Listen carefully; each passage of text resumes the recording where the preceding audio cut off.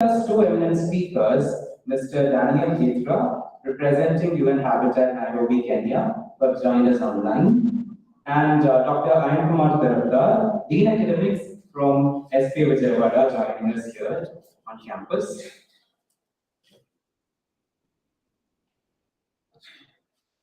Now we request the coordinators of the workshop series to come on the dais, please.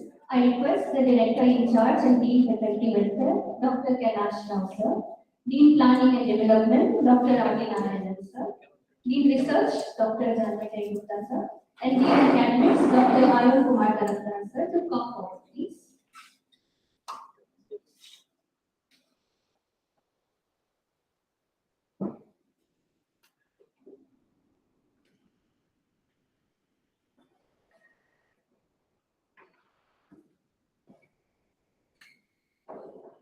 Now to inaugurate the workshop, we request the dignitaries on the dais to light the lamp, please.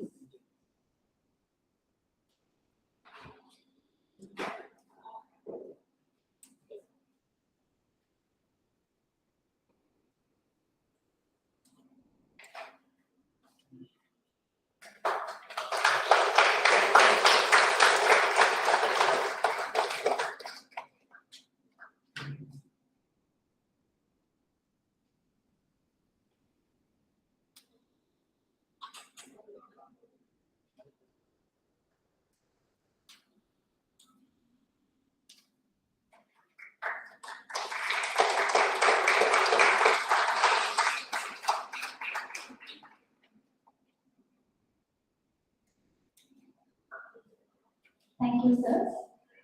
We now request the audience to kindly rise for the national anthem.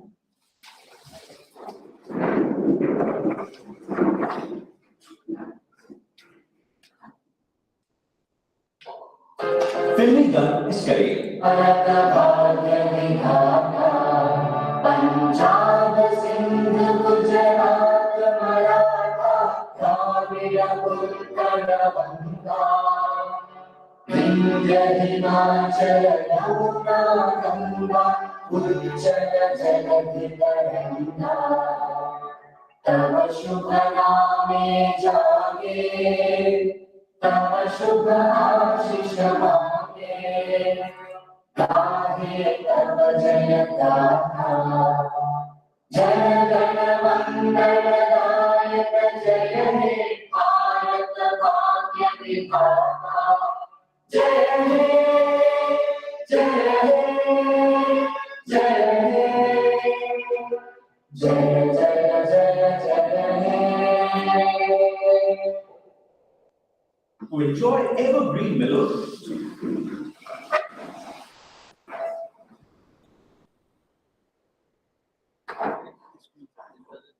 So, we start with the workshop. For the welcome address, we request the coordinator, Dr. Adi Narayanan, Team Planning and Development, and Associate Professor of SK Vijayawada, to give the welcome address.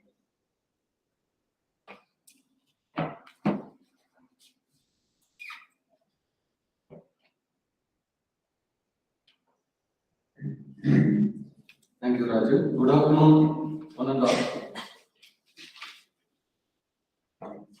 Respected Director, Professor Dr. Ramesh Srikonda sir, and in charge Director, Professor Dr. Kailash Rao, and Dean Faculty Welfare, distinguished experts from United Nations Human Settlement Program, Ms. Parul Agarwala, Country Program Manager, and Mansi Sachdev, Senior Urban Planner from United Nations Human Settlement Program. Respected speakers, Daniel Hitra, UN Habitat, Nairobi, Kenya, representing UN Habitat, Dr. Ayan Kumar Tarakdar, Dean Academic, SK Vijayawada, all deans, HODs, faculty colleagues, my dear student friends. Very good afternoon to one and all present here. It gives me a great pleasure to welcome you all for this workshop series on building inclusive cities for a resilient and sustainable future. As a part of initiatives of an academic collaboration, MOU with UN Habitat, by SP Vijayawada.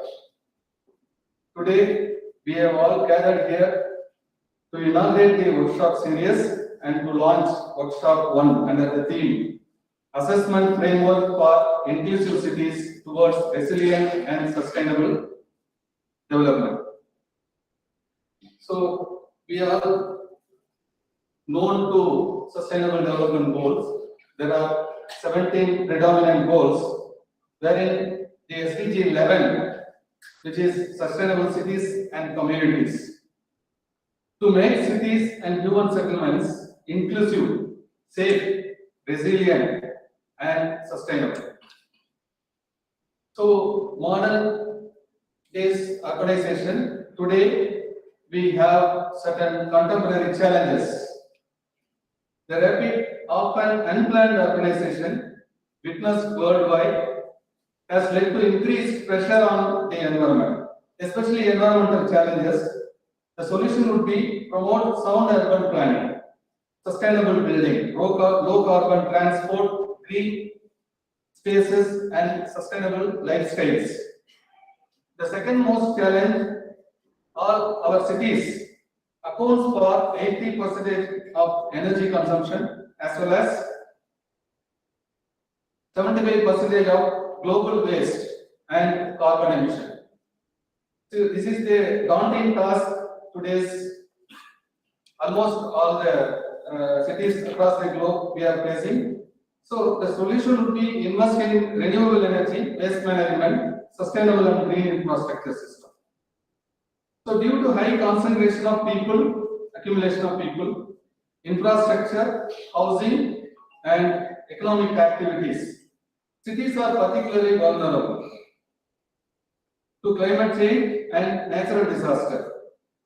So to protect cities, which are important social, cultural and economic center for environmental and climate threats. Of course, imperative of building inclusive cities. We all know that cities are engines of economic growth, but on the other side, it is pollution hotspots. Cities have been cited a prime opportunity to address a host of environmental grand challenges. So yet action is not always universally beneficial and inequalities are spiraling. These voices seeks to uncover the heterogeneity of urban inequality and identify necessary action for a fairer and judicious future. To address this, inclusiveness is vital component and it is inevitable for modern world, modern cities. So we need to have the inclusive approach through inclusive dimensional approach. There are 5 dimensions of bringing inclusiveness towards sustainable future. The first one is spatial inclusion. Urban inclusion requires providing affordable necessities such as housing, water, and sanitation. Second one is social inclusion. It is an inclusive city needs a guarantee equal rights and participation of all, including most marginalized. Then, economic inclusion. So we shall create jobs and giving urban residents opportunity to enjoy the benefits of economic growth. Then environmental inclusion, which requires the contemporary human beings do not carry out mode of production and consumption in such a manner that needs the interest of future generations are sacrificed.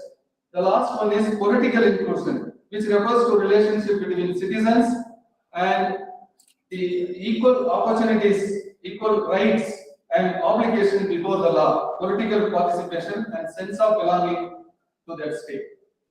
Keeping this inclusive knowledge in mind, this workshop series have been designed under various themes for the whole year 2023 with 9 themes to address this inclusiveness towards building a sustainable future, towards building resilient and sustainable future by integrating 5 inclusive dimensions of cities to achieve a resilient and sustainable future. I hope this workshop series will inculcate new thinking, gaining knowledge from real-time case studies and best practices across the globe. With these few words, I once again welcome you all for today's event. Thank you.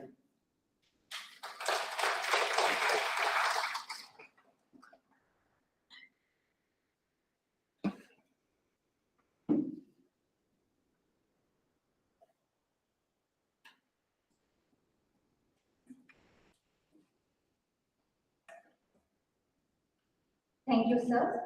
Now, the inaugural address to this workshop series shall be delivered by the Honorable Director of SPAV, Professor Dr. Ramesh Konda. I take this opportunity to introduce him to the audience today.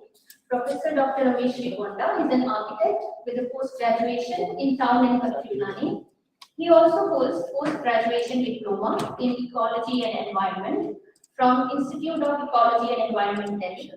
Dr. Konda has acquired his PhD from the Indian Institute of Technology, Delhi. He has conducted extensive research on energy conservation studies in buildings through components or materials and space conditioning options in IIT Delhi.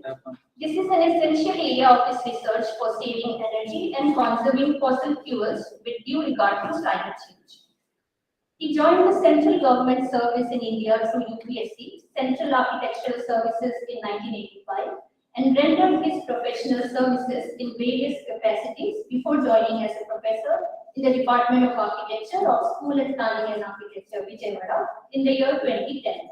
In the year 2022, Dr. Ramesh Konda has taken charge as full-time director of SPA Vijayawada in India. As Sir is unable to attend this inauguration in person due to prior official engagements, he has specially recorded his message to deliver it to the audience. I request the IT team to play the video, please. Distinguished experts from United Nations Human Rights Program, Ms. Padma, Country Program Manager, Ms. Manish Sachdev, Senior Urban Planner, respected speakers of international repute, Mr. Daniel Ikras, Data and Analytics Section, Nairobi, Kenya, Dr. Ayan Tarpda, Dean Academics, School of Planning and Architecture, Vijayawada, Deans, HODs, faculty members, and my dear students. Greetings to each one of you present here. On behalf of School of Planning and Architecture, I am delighted to be present here today to inaugurate and chair the opening ceremony of the workshop series on Building Inclusive Cities for Resilient and Sustainable Future. The first workshop under the theme Assessment Framework for Inclusive Cities towards Resilient and Sustainable Development. In line with the MOU executed between SPA Vijayawada and UN Habitat, the academic collaborations are agreed to be implemented in coming months, such as workshop series, professional training, sharing learning material, joint studio works, and research collaborations. As a kickstart, this workshop series is being organized. The United Nations 17 Sustainable Development Goals, which were adopted in 2015, include a dedicated goal for urban development, SDG 11, which calls to make cities and human settlements inclusive, safe, resilient, and sustainable, and is central in achieving all other goals of SDGs. In this context, the topic of this workshop series, Building Inclusive Cities for Resilient and Sustainable Future, is of vital importance to create awareness to transform and strengthen our cities to handle every natural and man-made disasters effectively so as to save human lives while enhancing socio-economic equity through resilient infrastructure and inclusive urban development.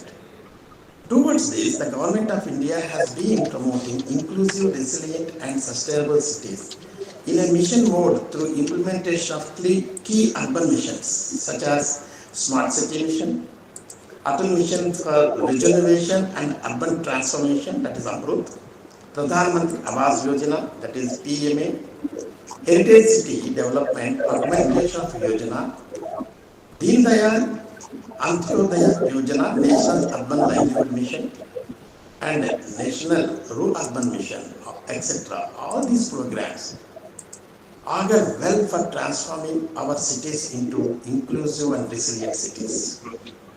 These workshop series have been designed to be practical with a series of 9 expert lectures of various themes for every month in this year of 2023 to provide skills, encourage participation and exchange of knowledge.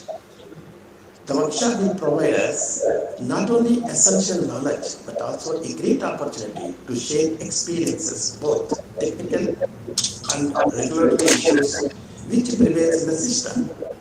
I would like to take this opportunity to express my sincere thanks to the coordinators of the workshop series and in particular our expert speakers.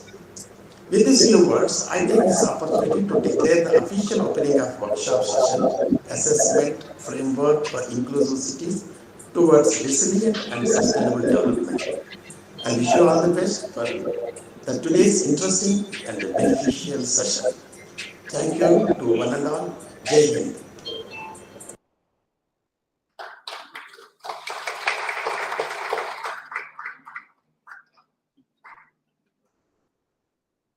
We thank our director, Professor Dr. Ramesh Srikonda, for making time for recording this video and to share with the audience this inaugural address.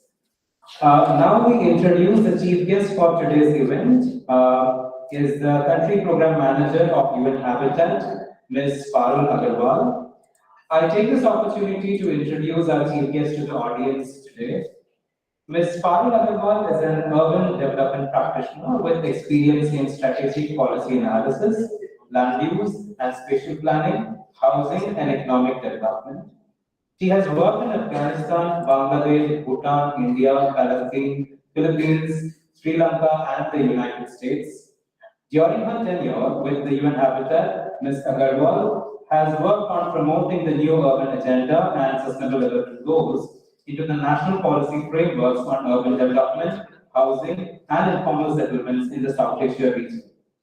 Her major contribution to the evidence-based policy propositions and honest products, including Urban National Priority Program and Future of Advanced Cities and Urban Atlas of and all strategic urban centers in the country using pioneer population and land use data and through new concepts and innovative ideas have shaped the urban ministry's agenda in Afghanistan. Ms. Agarwal has been instrumental in fostering local livelihoods and people-centric approaches as program manager of the Government of Islamic Republic of Afghanistan's flagship initiative, Clean and Green Cities, project in 12 cities. Prior to UN Habitat, Ms. Agarwal has worked as a city planner in the New York City Department of City Planning, where she gained hands-on experience in translating policy guidelines into zoning regulations for legislative enforcement of citywide and neighborhood-level initiatives. Ms. Agarwal has also worked with the World Bank's global practices of urban, rural, disaster risk, and social development and water-based practices in Washington, D.C. In this capacity, she worked on several multi-sectoral operational projects and analytical work encompassing regional economic development, urbanization, urban renewal and transformation, land and housing, and governance in South Asia region. As Madam is unable to attend this inauguration due to urgent official engagements, in her absence, Ms. Mansi Sachdev, the Senior Urban Planner from UN Habitat, will deliver the address on behalf of the Chief Guest. Over to you, Mansi. Thank you so much and good afternoon to everybody. First of all, a very big thank you to Dr. Srikonda and Professor Narayan, and a very warm welcome to all the deans and the HODs. A lot has been said already, so I will not repeat. I think the students will also be very excited and keen to jump in right and into the agenda for the afternoon. But to set the context, I'll quote a couple of lines from our Executive Director, Shri Maimuna Mohammad Sharif's address this last year. where she highlighted that we have only about 85 months left now to implement the 2030 Sustainable Development Goals. And the best way to do so would be by ensuring that our cities and communities are sustainable. At UN Habitat and across our country offices, our regional offices, and at the headquarters, we work with communities and city managers every day. We believe that the cities and communities have the power to help governments translate policy into practice. And with the right tools, local leaders will have the ability to take the action on critical decisions such as housing, climate adaptation, and safety. And the very big thing that we are talking right now is on climate resilience of the urban centers that we live in. So city managers then very often engage with the right partners to find solutions by working together with the communities which they serve. The key to an inclusive, sustainable, and resilient global habitat is where we live in harmony with nature. And UN Habitat in this space has been at the forefront of localizing the SDGs, and we can help that by continuing to advocate practical ways by which we can incorporate SDGs in local plans, creative ways to collect and use data that will inform decision making. And that's the topic that we are discussing today. So most importantly, also provide guidelines to ensure wider opportunities for women, youth, and the disabled to participate in the making and implementation of action plans. Having said that, there is a lot of emphasis that UN Habitat places on data-driven planning, evidence-based planning that leads to concrete actions on ground. So you can see a transformative change in our urban centers, leading us to a resilient future. So with that, I will request the organizers to start the workshop and have Daniel, who's our colleague from the headquarters, present the Global Urban Monitoring Framework, which is one of our flagship tools in going towards the data-driven planning and decision making. Thank you. Thank you, ma'am, for joining us and addressing the audience. We move on to the first expert lecture on the theme Assessment Framework for Inclusive Cities towards Resilient and Sustainable Development as a part of this workshop series organized by SPA Vijayawada in collaboration with UN Habitat. We have with us Mr. Daniel Gitira, representing UN Habitat Nairobi, Kenya. Mr. Daniel Gitira is a data analyst working with data and analytics section of the UN Habitat. He is currently offering supports to countries and cities in urban data generation, data tools management, capacity building for sustainable development goals, monitoring and reporting, global urban monitoring, and linking policy to action. He holds an advanced degree in geoinformation science and earth observation, a degree in urban and regional planning, and a diploma in project management. He has interest in urban data and modeling, GIS and remote sensing, development of data processing automation tools, and research on sustainable cities.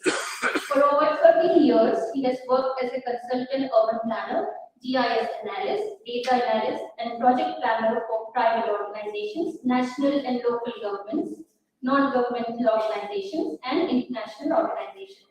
With this short introduction, I request Mr. Daniel Gitira to deliver the expert lecture. Over to you.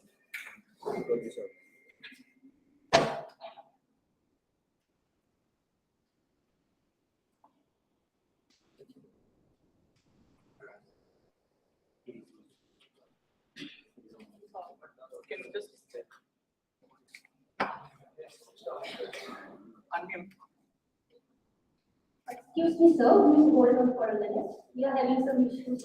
Ask them to unmute. Okay, can you speak again, sir? Ask him to unmute. Daniel, you're on mute. I think you are muted, sir.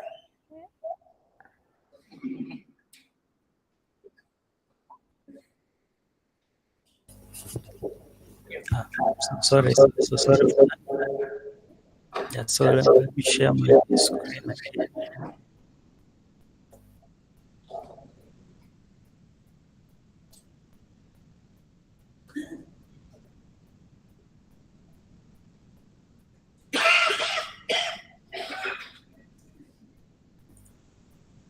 Yeah, thank you so much. And I hope you can see the screen in full view. Yes. Okay, thank you so much. Yeah, my name is Daniel Gitera, and I'm honored to be invited to this workshop from the data and analytics sections. So thank you so much, organizers and coordinators, the head of departments, deans, for welcoming us, the Green Habitat team, to share our experiences with the Global Urban Monitoring Framework.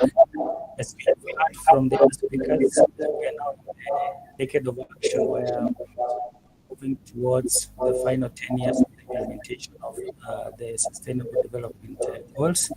And already now this is the third year of the decade of action. So we are moving very close to the decade of action. And the question is, how far have we achieved in terms of realizing urban sustainability? So this is a question which we are working with. And now from our section here, the data and analytics section, we bring in the data to understand how we are performing using the data, because we are now moving towards the data-driven decision making. So I'll just give a brief on what we do in terms of data from the data and analytics section. So here we support cities in terms of capacity development, collect data to understand their situations. We are also the custodian agency for 9 out of the 15 SDG 11 indicators. So this is the goal on urban sustainability. We also lead in terms of coordination of urban observatory work, and we are the custodian agency for, as I said, for 9 of the 15, and also other indicators within other goals, for example, goal 1 and goal 6 of the SDG framework. So our mandate goes to data production, capacity development, and report production. Yeah, so we previously had our unit called the Global Urban Observatory, where we coordinated all the local observatories, the network of observatories, which come together to share ideas on urban data and also decision making using data, and all this, how this gets connected. Yeah, so we lead in the development of solutions. So I will look at the opportunities in terms of data generation and also data opportunities. So development of new tools using, for example, machine learning, artificial intelligence, to make sure that we have data that can support cities in decision making. Yeah, so the slide here just talks about the importance of the cities, which we already are conversant with. We know we have over 50% of our population already in urban areas. We know this is where we have a lot of urban resources consumed, a lot of greenhouse gas emissions. The waste is produced there, but also generating a lot of GDP from the cities. Yeah, so the importance of the cities for us cannot be overemphasized. Yeah, so the framework that has been mentioned by the professor is that this is the agenda for sustainable development with 17 goals, and the goal on urban is on goal 11. So we have 5 thematic areas, 17 goals, the targets and the indicators. So our focus is on this goal 11 here, which focuses on urban. Yeah, but you also realize that this goal is not a standalone goal. It's interconnected with all the other goals. So for example, if you take goal 11.1, the target 11.1, which talks about sustainable housing, is connected to the poverty, is connected to water, is connected to the environment. So we have it as an interlinked web here. So the point of urban monitoring here now means that we cannot only focus at goal 11 in isolation.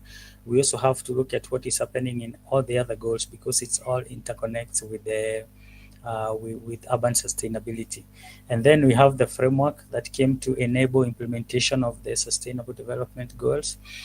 Goal 11, supported by the New Urban Agenda, which recognizes more the spatial components of urban sustainability, also emphasizing localization, also emphasizing the local, the spatial framework for urban in terms of the implementation.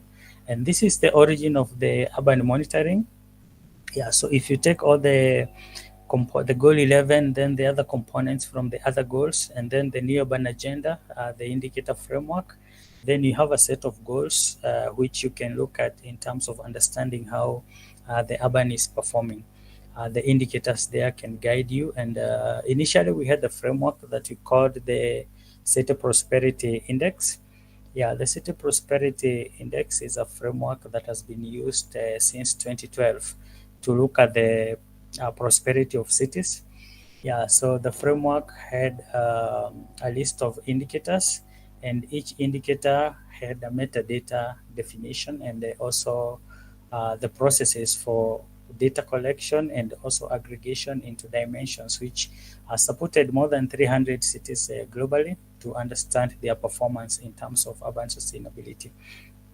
And now from the urban monitor, from the CPI, we have now transitioned into what we are calling the urban monitoring framework. So I'm going to explain to you the transition, and also how the urban monitoring framework is relevant and it has been implemented to measure and also check on the urban sustainability. Yeah, so the background of the urban monitoring framework is that back in 2019, we had the session on the UN Statistical Commission discussing the status of human settlements, and there was a recommendation to review the CPI, which was used then. And then at the same time, during the 36th session of the UN Executive Board, there was the recommendation to prepare the UN system-wide strategy on urban sustainable development. And what came out of these two initiatives is that there was a framework which would fit this in terms of the emphasis that was put on the UN system-wide strategy, which emphasizes the localization, the urban data, generation of a framework that supports comparability of data at the global level. Yeah, so the framework was developed and it was endorsed by the UN Statistical Commission last year in March, and it has been implemented by several cities and countries, as I will be showing in my presentation. Yeah, so just to show you that this went through a lot of expert discussion, expert consultations. So we had participation from many agencies, one-on-one before the preparation of the document, and also a review after the preparation of the document. So we have a full document that we call the Urban Monitoring Framework, the UMF, also the Global Urban Monitoring Framework. And it has all the metadata and the list of indicators, and also explaining the processes of how the framework is implemented. So, but I'll show this in summary. And this framework it harmonizes existing indices. So we have had many initiatives on urban monitoring, for example, from the WHO, from the UNICEF, they have different components of urban monitoring. So this is a framework that brings together all the urban components indicators to have a harmonized framework. And this is part of the UN Habitat Flagship Program on SDG cities. Yeah, so I'll mention about the SDG cities. Is a program that is also anchored on the UMF, looking at how cities are doing, looking at their performance, the spatial disaggregation of data, and the interventions that can be linked to spatial disaggregated data, and also the investments which can be associated with this. Then we also have the voluntary local review. This is a framework for reviewing, for looking at the performance of at the local level, the performance of cities and the regions, for reporting to the high level political forum.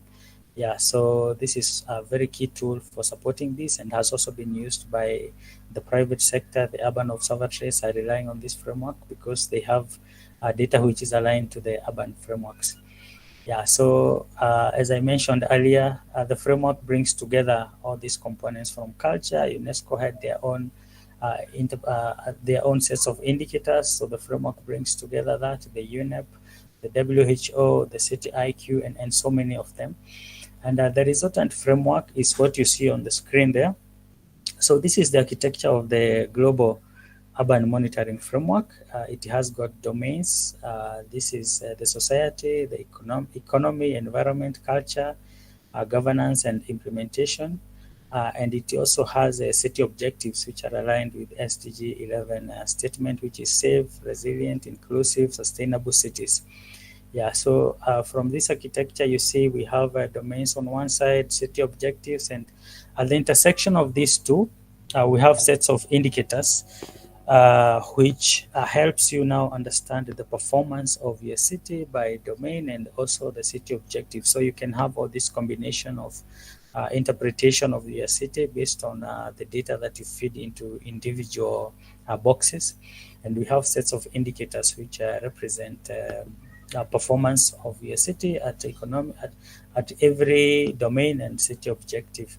Yeah, so this supports in the analytical part. There's a policy review using this data, and we'll see how you can use this data to understand and also decide on the actions which are relevant for your cities. Yeah, so you can also look at the framework from another perspective, where you move beyond the domains and the city objectives, and you look at other subject matters. You can look at prosperities and also extract data on prosperity, the indicator on prosperity, and assess the performance on each of the other subject matters. So it's quite a flexible framework, which can also be adopted to have other indicators, but also aligned to the domains and the city objectives. So this is just a representation of the framework in a wheel format, where you have the domains in a wheel, and then we have the city objectives and also the indicators. So we have a set of 77 indicators clustered in those domains and city objectives. And now this is important. This is what is important about the framework. You start with the baseline establishment, where you have data collected by city objectives, and then you pick the data that guides you to understand where your city is, where your region or city is. And then with the baseline data, you introduce now the targets. These are like the global targets, where we have, for example, the 2030 agenda. We also have the local targets, which are guided by the strategic plans at the city level. So if you can map this against the baseline, then already you start seeing the gaps which exist for your cities. And now this becomes very rich information for decision making, because you can look at the gaps which needs to be filled under sustainable environment. If you have gaps more on culture, then this can be linked directly to the actions for the city, because we do know that cities have a lot of challenges, but if you cannot identify which things to start with, where the gaps are huge, then it means we will not have a focused approach to know how we are going to approach the challenges. Yeah, so in terms of implementation, what we have is that we start by the inception, where we have the interest by the region or the city to implement the UMF. Then we have the scoping. We have the implementation, how the area that will be implemented, the UMF scope. Yeah, so we have an approach that we call the harmonized city definition. So this is also another global tool which we use to harmonize our definition for the city. So it looks at the densities of the cities and also the settlement pattern and the contiguity of urban development. And it helps you define which areas within your city can be defined as urban in a very harmonized way, so that you can use this to compare with other cities. The definition is comparable across the city, so that if you generate data for one city within your country and data for another city, then you can compare this and say that they are compared based on a similar interpretation of the city, because every local and authority have got their own interpretation of what is the city. Some of them will scope it to cover the metropolitan rural area. Others will cover just the city, central city proper area, and so on. Yeah, so we have these tools that support harmonization. And then after that, we have the review of the UMF indicators. Yeah, so we have a set of 77 indicators. So all of them will be relevant to your city, but it's good to review to look at what is more relevant for your city. If there are proxy measures that needs to be reintroduced at this point, then you can review this before you start collecting data. So this is more like the adaptation for the for the UMF to a city that wants to implement, or maybe a country that has decided to work on the UMF. So if you have so many cities within a country and you want to implement UMF, sometimes it's not possible to implement this on all the cities.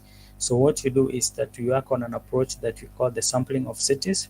So we have a scientific approach that samples the cities and guides you to pick cities which are representative of the global, the national sample of cities within your country. And you can use this to know the performance because it's representative. And this can be used also to be for aggregation to the national level reporting, and also individually for voluntary local reviews.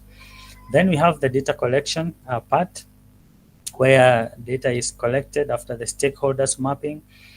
You map the data sources, you mobilize the data from all the sources, and then you have the data now filled in your table. And then you move to another very important part, that is the indexing and the weighting and standardization. So this component here focuses on comparability, where you want to compare one indicator with another. If you look at the indicators, some of them have their measurements in percentages, others will have their measurements in currencies, others will have their measurements in, for example, the grams if it is pollution. So if we need this to be compared, then we have to establish a standardization approach, where we have we establish the global minimums and the maximums, and then there is a statistical method that says that if your city is performing at this point, then on a scale of 0 to 1, this can be equated to a certain value. So you do this for all the indicators, and then you have now values which you can compare, that you can aggregate to the domain level, that you can aggregate to the city objectives, and that you can compare at the indicator level. Yeah, so with this now, it becomes easy because you can do the analysis and the interpretation. This can feed into policy discussions, review when the city is having the discussion for the stakeholders, and also the planning, and also during the implementation of the city plans. And then we have the packaging for continuous review, where you now want to package this for your city so that you can do this for another time period, and then you track the change that is happening to the city, and then you can do your trajectories and see if you're moving towards a sustainability. Yeah, so in a table format, this is how it will appear. You see your society domain, how it's performing. You can look at it from the city objectives, how the performance is. And now this is data that you can compare. And when you have your targets, then your data tables will show you the gaps which exist. You will see you need to do more in terms of drinking water, because this is where we have the hugest, where the gaps are huge, and also other indicators which are performing better. And also you assess this against the strategic goals of the city, and then you see if you're performing well in terms of achieving your strategic goals, and also at the scale of the global level, where you're looking at the global targets on sustainability. Yeah, so this has been implemented we are working with several cities and countries to have this implemented. So this is just a snapshot of some of the countries which are working on the framework already. We have, for example, Bolivia, the city of La Paz, preparing the VLR using the UMF. And currently we are also working with the cities in Mombasa. We're also having interest from many other countries and cities. And we have an adaptation of the framework, which takes the framework and picks a lean set of indicators to establish what we call the Shanghai Adapted Index. So it's a UMF index, but now using a small set of indicators for the implementation. And then we have other frameworks which wants to align existing framework, which we are working with to align their indicator framework to the UMF. So that now we have one harmonized framework where all the data that comes in can be compared and also can be used to support one understanding of sustainability for urban areas and also inform action. So in terms of the next steps, we are expanding implementation, making sure that we have more implementation the way we had with the CPI, many countries adopting this. Then the continuous performance, looking at what happened in year 2022, 2023, and then we see the trajectory towards the 2030 and also post 2030, supported by the framework that will be existing. Yeah, so we have then we are working on the global city report where we are compiling a lot of data for many cities. We are starting with the capital cities and also the very huge cities which have easy data to pick, and then we will be publishing a report on the performance of these cities based on the urban monitoring framework. Yeah, so we are also working on a course that will be supporting users to understand the framework. And we're also having this tool supporting the SDG Cities flagship program and supporting the VLRs, as I've said. Yeah, so the SDG Cities flagship program is a program which is working with cities and other levels of government to connect the value chain of data, evidence-based policy, capacity and governance, planning and finance to inform investment and accelerate achievement of SDGs. So it's an elaborate framework which is also being implemented in many cities along the UMF, so that you can now start connecting the investments to gaps which are there. So we are moving beyond now data into action and investment and opportunities for the cities. And these tools are also supported by data collection tools. For example, we have the Kobo Toolbox, which we use to collect data from cities. We have the Kobo Toolbox, where the ODK toolkit, where we have our set of questions. We send them to the Android phones and we collect the data that we require, and then we can disaggregate this data spatially, as you can see. And then we can start seeing vulnerability of locations at very fine resolution. And now we are even understanding cities beyond indicator, but also at the spatial level, where you look at the sublocations, the wards, the spatial units, the districts, and then you identify the gaps which exist. Then for the VLRs, as I mentioned, this is the voluntary local review, where you report the performance of your cities at the global level. So we have the data collection. So we do not have an existing framework for VLR reporting the sets of indicator. So it is really open to cities, and now they have measurements which you can use in terms of reporting under the VLRs. Yeah, so these are just some examples of the cities which are reporting on the VLRs, as you can see on the screen. Yeah, so in a snapshot, that is more about the urban monitoring framework. So I'll stop there so that we can have further discussion on that. But otherwise, thank you so much for your time and listening to our presentation. Thank you.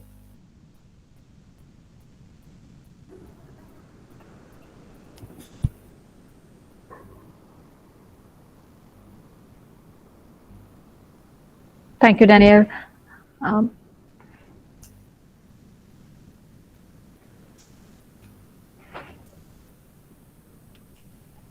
Could I request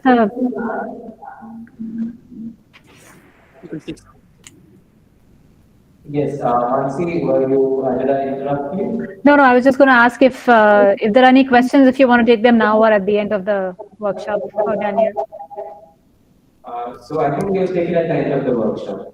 Okay. All right. So I thank our first expert speaker, Mr. Daniel Girka, for presenting to the audience first on introducing to them on the SDGs, and then discussing on the linkages of the new urban agenda to the SDGs, and then finally the major discussion on the global urban monitoring framework, the UN Habitat's flagship program, and which tries to harmonize the various indices that are available and which help understand the performance monitoring of sustainability in the cities.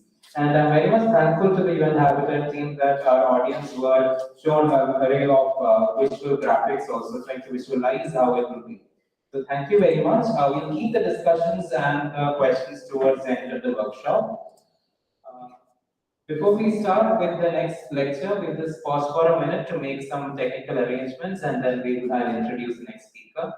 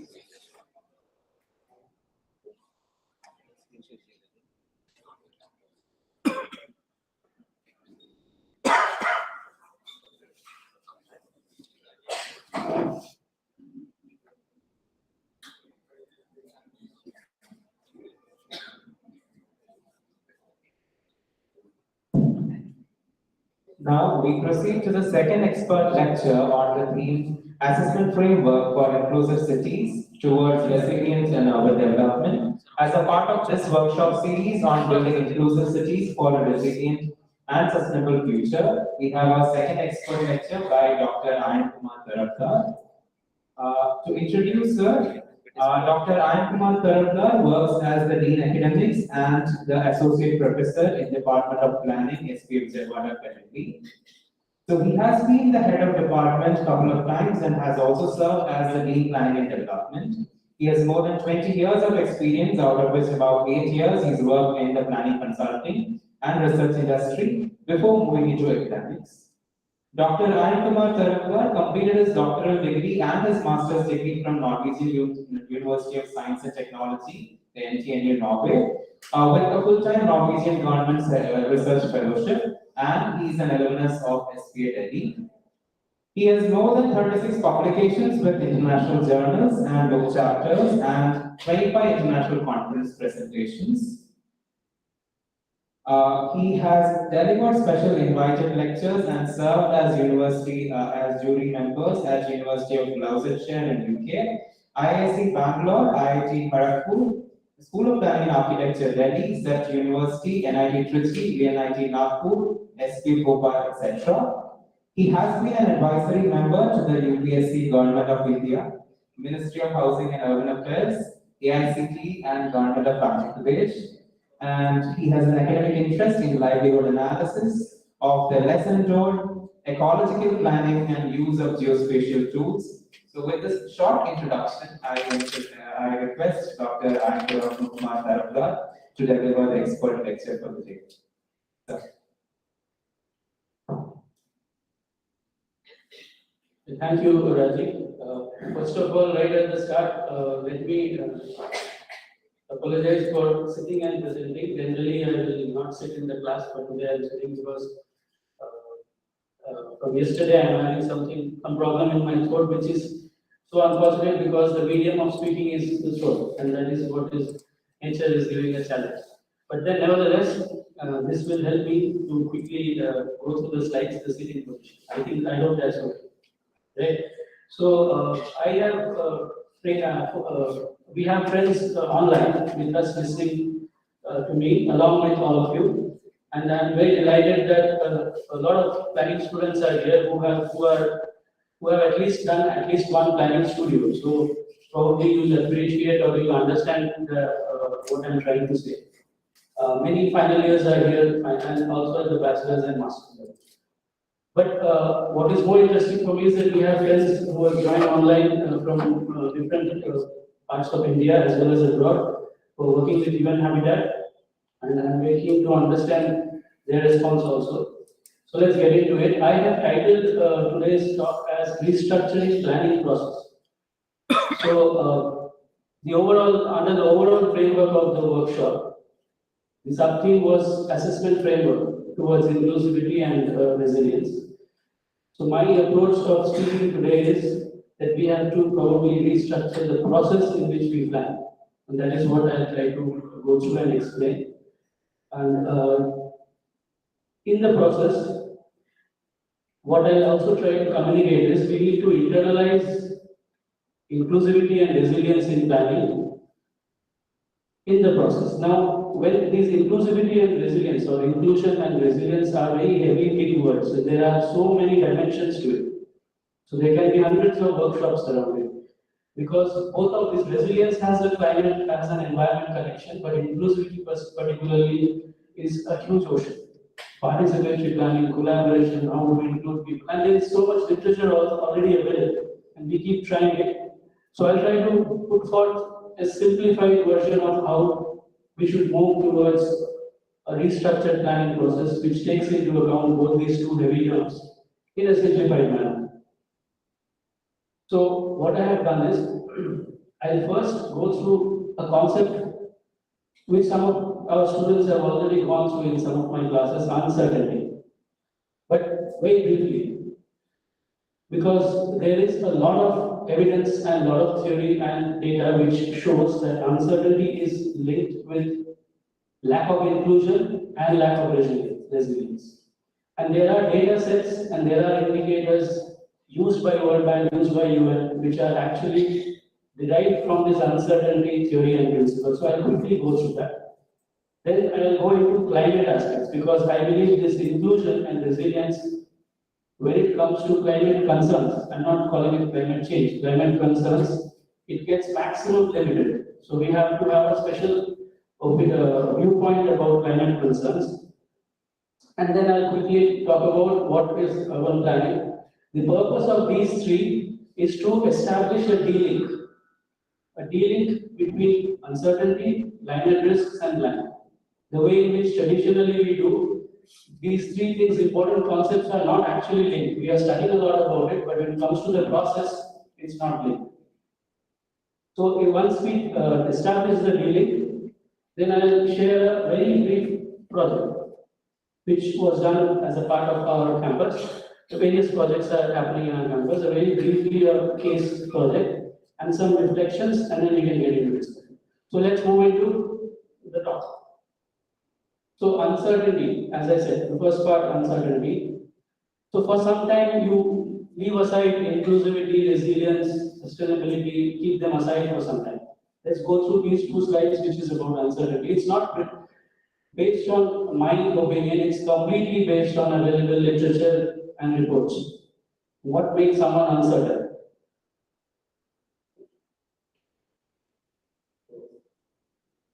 Basically, literature tells us a household or a family generally has a bundle of entitlements.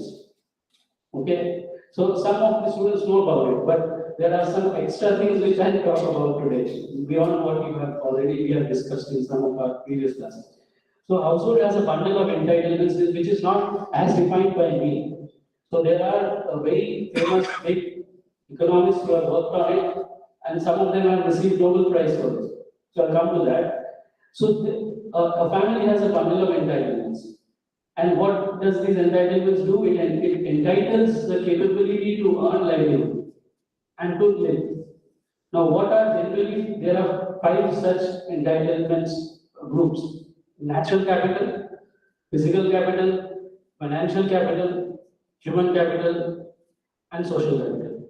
Now again, let me emphasize, these are not prepared by me. These are already in the literature, and for each of these capitals, there are various data points available, which researchers, economists are collecting data on. So what is the point I'm trying to make? Actually, based on these 5 capitals, Human Development Index is calculated. So every year we get ranks of Human Development Index. Various countries are ranked, which is different than the GDP. So the indicators derive from this. Now these 5 assets or 5 capitals, which are called together as bundle of entitlements, they get challenged. They get challenged for various reasons. Firstly, inaccess to services, inadequacy of services, poor quality of services, and lack of choice. When these things happen in our cities, then a family has limited access to some of these capitals. A family may have a natural capital, like may own a land, may have a building on it, or have a car, which is a physical capital. A family may have a lot of bank balance or shares, dividends, financial capital. Maybe well educated people are there in the household, which is a human capital, and maybe well networked with other people in the society. This is a social capital. But every family doesn't have equal amount of these capitals, and when it gets limited, families face challenge. So theory tells us that these entitlements or capitals gets limited because of predominantly these 4 things: inaccess to service, inadequacy of service, poor quality of service, and lack of choice. And this leads to communities' uncertainty. So uncertainty of communities is an inherent thing, and particularly as we move to poorer households or slums or people living in worse conditions, they have higher levels of uncertainty which can be measured based on this. And this is a lot of literature is available on this, and one famous Indian, Amartya Sen, has got a Nobel Prize for working on this only, which comes under welfare economics. So where do planners fit? Planners actually, we through our master plan preparation, we actually think carefully, we try to improve access, whatever it is, access to the bus stop, access to the school, or access to the nearest water source, whatever it is. We try to improve access, and there are so many tools which we use. And then it's not just improve access, we provide adequate services, which means if there are 5 schools required, we need to provide 5, not 2. So adequacy. And then comes, we also try to go into the quality of the service. All these things are inherent behind the master plan, behind the land use plan. That is just a plan, but behind this, we do this. And we develop scenarios and alternatives. Now I'm reorienting the slide. These are the dimensions of uncertainty, which I showed in the previous slide: lack of choice, poor quality, inadequacy in access. And we have the 5 capitals. And these capitals are bounded. Now, what happens in particularly global south, Indian cities, there is a lot of heterogeneity, which is not there in many Western cities, which means there's a lot of variation in income, in education, in family size, in access to capitals. The variation is too much compared to very Western societies, which leads to more complexity. And then not only it is heterogeneous, there is elements of marginalization, which is purposefully certain groups who have limited access to the capitals are considered as a marginalized group and looked at like that, even in master plans. Then we have informal sector, we have deprivation, etc. So these are uncertainties which are inherent, chronic, which is there in our cities and societies, which is we grew up seeing all these things. So it is not something new, like let us say a flood suddenly happened. But there are some additional concerns. So we know, and as literature says, this uncertainty leads to reduced or little participation. We talk of participatory planning, inclusive planning, but a family who has limited capitals, who is fighting to get 3 meals in a day, may not come and participate in a workshop where the planning authorities are presenting the master plan in a neighborhood. The planning authorities may come and present the master plan in a neighborhood, thinking that we are doing participatory, but maybe the people who are attending are little well off and who have the 2 square meals. So uncertainty leads to reduced or little participation. It also leads to high levels of climate risk. So how appropriately do we plan? Is the process right? When we make the plans, do we think of these, or we just project the population and then start looking at URDPFI and provide the infrastructure? And what about the slow onset of climate change or incidences of shock? Are these internalized in the planning process or not? If it is not, then we need to rethink, and that is probably the right assessment framework. Now we go into climate. So here also very quickly, because these dimensions are good to recall before we get into the case study. So climate change we all know, so I will go very quickly. Changes in composition of atmospheric gases, global warming, changes in ocean current patterns, excessive rainfall, melting of ice. We have heard of this in the newspapers, magazines. We know these are symptoms, so manifestations. And there are more deeper manifestations with which we start looking at magazines, journal articles. We find not very generalized terms, but more deeper terms like longer duration of seasons, changing cropping pattern, droughts and heat waves, coastal erosion, attrition, sea level changes. And these are all well documented in IPCC reports. But my point is how much of these actually affect our day-to-day work. It doesn't affect. All the people sitting here, we need it, but it doesn't affect when we start the day from our home, come to the campus, or go somewhere and go back. And we have ensured certain amount of adaptive measures so that we are kind of enveloped from these aspects of climate change, and that's why it is just something which is distant, not really affecting my food. But eventually, there is a lot of case study and data which has started showing that certain areas are submerging. It's reality. There is a lot of information which areas are submerged in India and along the coast also.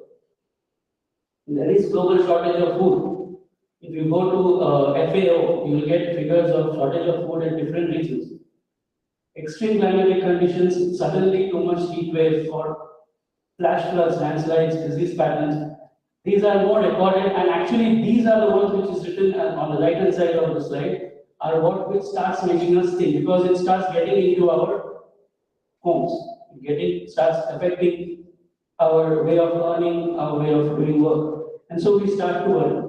But how much? Not much, because we know how to again cushion ourselves against all this. But not everybody. There are different stratas of society with different levels of capital, entitlements, and different levels of uncertainty, who may be more exposed to this and are not able to cushion themselves. So what do we do? So again, climate change is not just human, everything is not human. There is a lot nature induced as well. So I won't get into it. There are many nature induced climate change factors which is there right from many centuries, which is also getting documented and studied, where human is not actually interfering. But the human induced climate change is what planners, architects, urban designers should be concerned about. And there are three main things. There's a lot of literature on this, but three main things which I've got on this slide, which is directly linked with planners and what we do in our planning studios. Land use change, inappropriate consumption patterns, and generation of waste. All these three things are directly leading to those manifestations of climate change which I showed in the previous slides. Now, land use change is something which planners are directly responsible for, paved to unpaved, through our master plans, through our land use plans, or zonal level plans. Whatever we recommend eventually makes unpaved to paved, paved to unpaved. Paved to unpaved is very rare, but unpaved to paved. And we are adding to build mass, we are leading to diminishing reach. Inappropriate consumption. We are creating opportunities through our master plans and zonal development plans, etc. More opportunities for economic as well as consumption patterns. Because we take the projected population as given and then we provide everything, social, physical, economic infrastructure. Once we provide, we are actually adding to the consumption pattern. And of course, the waste will get generated. I don't get deeper into it, but it has direct implications in planning and in climate change. But when we prepare master plans, we have to think of these and how that framework I'm coming to. So let me now go to the framework of the existing planning framework with this climate change and uncertainty in mind. So again, this is known to all of you. You see these two maps, these dots represent urban areas, and they are concentrated. So again, some of the viewers who are listening to me first time, it is known to us, but let me again go through this slide as well. What are these urban areas? Why in these dots in India or else in Africa, a large number of people are living in a concentrated manner in crowded zones, whereas so much area which are not these dots are also human settlements are there. These are the rural areas. There's something which pulls the people. Predominantly because people living in the cities or moving towards cities, they want to earn their livelihood from non-primary sources. Not through fishing, agriculture, mining, etc. Primary sources means primary sector of employment where you directly derive your livelihood from nature. So in cities, why do we shift or why do we continue? Because we want to derive our livelihoods from secondary, tertiary and quaternary sectors. That's how our minds are trained. And people who are moving into cities are actually driven by that because they want to keep the primary sector source of income behind and move on as a choice. So if that has to happen, for non-primary sectors to function efficiently in a small geographic limit, without providing challenges to the entitlements, there needs to be planning. There needs to be someone or some agency who puts scientific order in these small geographic limited zones where a large number of people are staying and moving with the purpose to earn money from non-primary sectors. So we need to plan these cities and we need to plan these urban areas. Otherwise, if a city is not having good enough facilities, so people will move on to another city. So it's competitive in that sense. So now I come to the systems approach to planning. So this is also known. So we know what is systems approach, right? What is a system? It has a structure, it has components and functions. And systems approach to planning have been there for a long time and it is evolving into systems dynamics in planning. But the concept is same. We break down the city into components, subsystems, and then we work towards the common goal. And systems theory says the system works when there is components and there should be three predominant phases: input, processing, and output, like in a computer.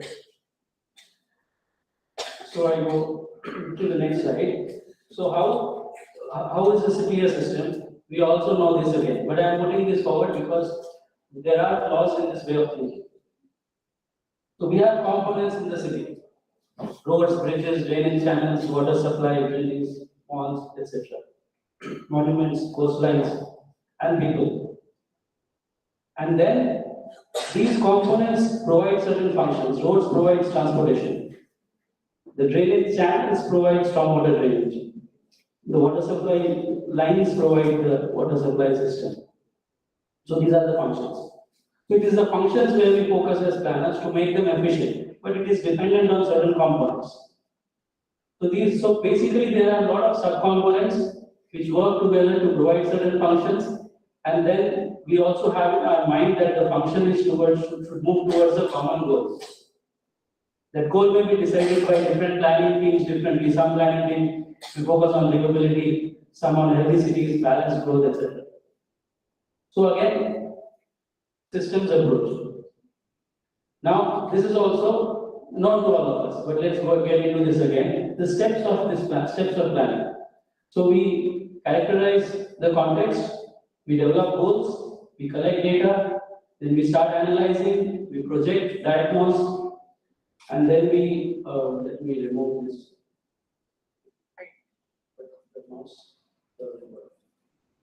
Okay, let's give it. So synthesis, we develop the recommendation and strategies, and then we go into implementation.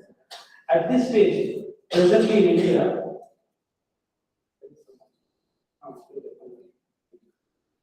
so presently, public opinion and feedback for any master plan actually happens once we reach in India, in various cities. You see, once the draft master plan is ready, it is put out as a public notice.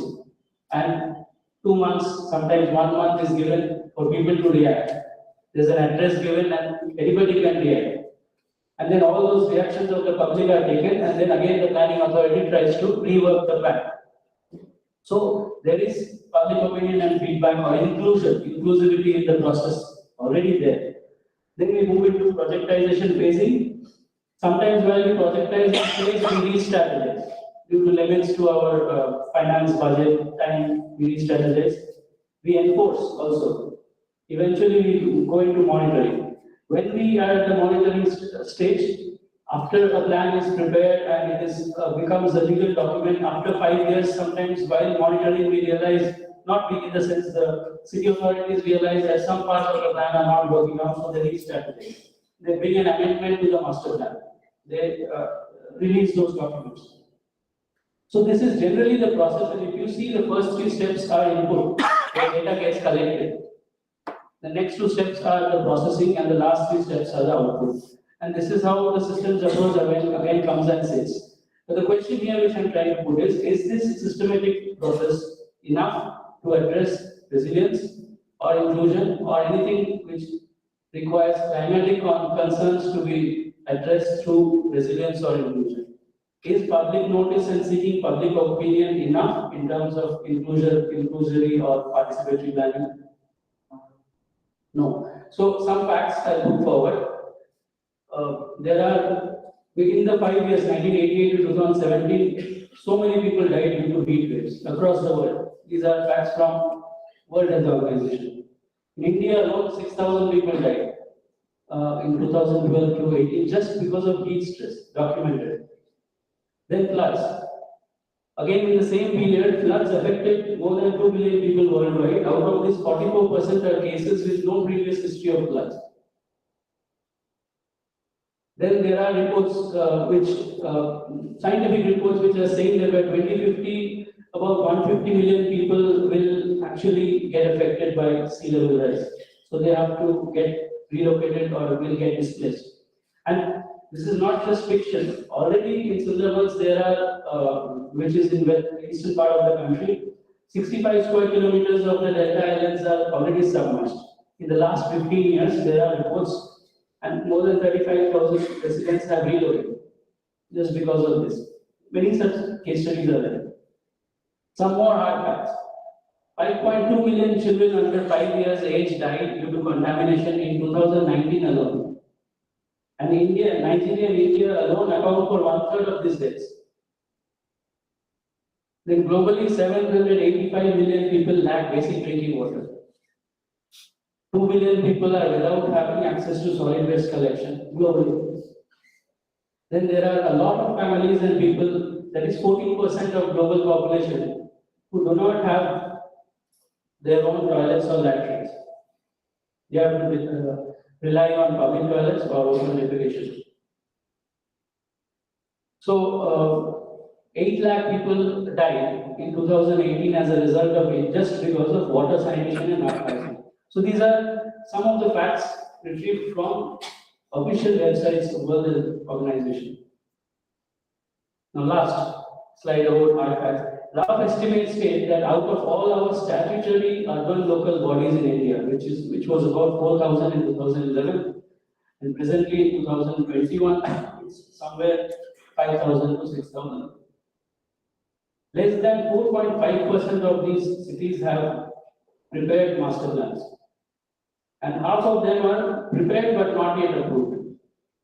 Then second point, certain research indicates that many approved master plans do not eventually reach the stated targets in the document within the plan period.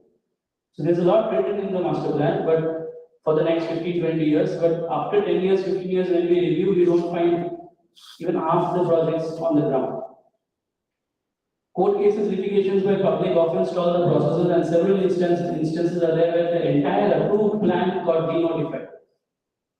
The entire document of plan was notified and then denotified after 1 year because of public going against it, also political pressure. So similarly, environmental activists also question and challenge the provision success rate of master plans to address climate aspects, resilience, still remain piecemeal or rudimentary. So understanding the dealing. So we have input, analysis and output I showed earlier. The point which I was trying to say through all these slides, there is lack of understanding of inequity and heterogeneity in our communities. Why lack of understanding? Because this heterogeneity calculations or inequity does not become an input in our master planning process. Most master plans that have come out of Global South do not take any climatic data inputs while analysis happens to prepare the physical plan. Very rarely it happens. In the classrooms, it may still happen, but if you go and see, download and study many of the master plans, the climatic data input is not there. And also at the analysis stage, there is lack of capacities to integrate this climatic and ecological risks in the analysis. So it's not just why. There may be people not there in the development agencies to do this analysis.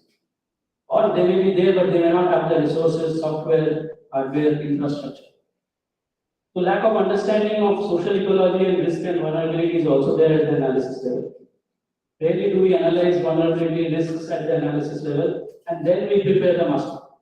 Again, let me say, it may happen in the studios and classrooms, in SPAs or some institutes, IITs, NITs, but in actuality, in planning projects where funds are getting, if you look at the RFP documents, the stages of planning which is put out in tendering, it doesn't ask for vulnerability assessment or climate risk assessment. So this strategy renders the planning process to be exclusionary and non-resilient according to me. So how do we bring it in? So what I say here is, again, that same diagram of uncertainty, but on the right hand side, I'm saying there are two lacunae or drawbacks, strategic lacunae and capacity lacunae. Strategic means we underplay the socio-economic data and we are not having the capacity to analyze multiple data sets, particularly linked with socio-economic and climate. So, challenges in the process and capacity of planners. So, on the left hand side, those are intrinsic, which means the community is born with it. Our society has those problems. In addition to that, the process of planning is also having limitations, which is on the right hand side of the screen. So, there are two types of uncertainty. One is intrinsic, society is born with it, poverty, heterogeneity, and other is our process is also having limitations. So what do we do? The point of departure is rethink the process. Now let me go to the case project. So with the case, after the case project, very quickly I'll go to the case project just to demonstrate that there is a way to address, restructure the planning process. It's not everything is in a bad condition. So these are some of the projects which has been done in SPL Vijayawada. I'll quickly go through. So these are part of our funded projects. In Bangalore, we studied heat stress and land use planning, which was funded by the European Commission, and then developed land use planning, which with heat-related information as an input. So I'll go back. In Vijayawada, we have again studied the certain slum-oriented areas, which is also a European Commission funded project, where we looked at vulnerability assessment as an input to land use planning, subsidy level land use planning. Then we have done works, projects in Bihar and Sundarbans, which are more focused towards climate. One is related to flood, other is related to sea level rise. And in Delhi, which is related to again heat stress with informality. Energy consumption and land use also related. So today I would just put forward this Delhi case of the heat stress to make the point that we can actually readdress the planning process. So very quickly, and when I go through these slides about the project, let me tell you, there are many layers of analysis which I am not going to show today. I'll just give an overview because it's not possible. The purpose is not to teach you today, but to trigger that there is a way to differently look at the planning process. So we all know about Delhi. I don't get into this, that it has a tremendous high growth rate.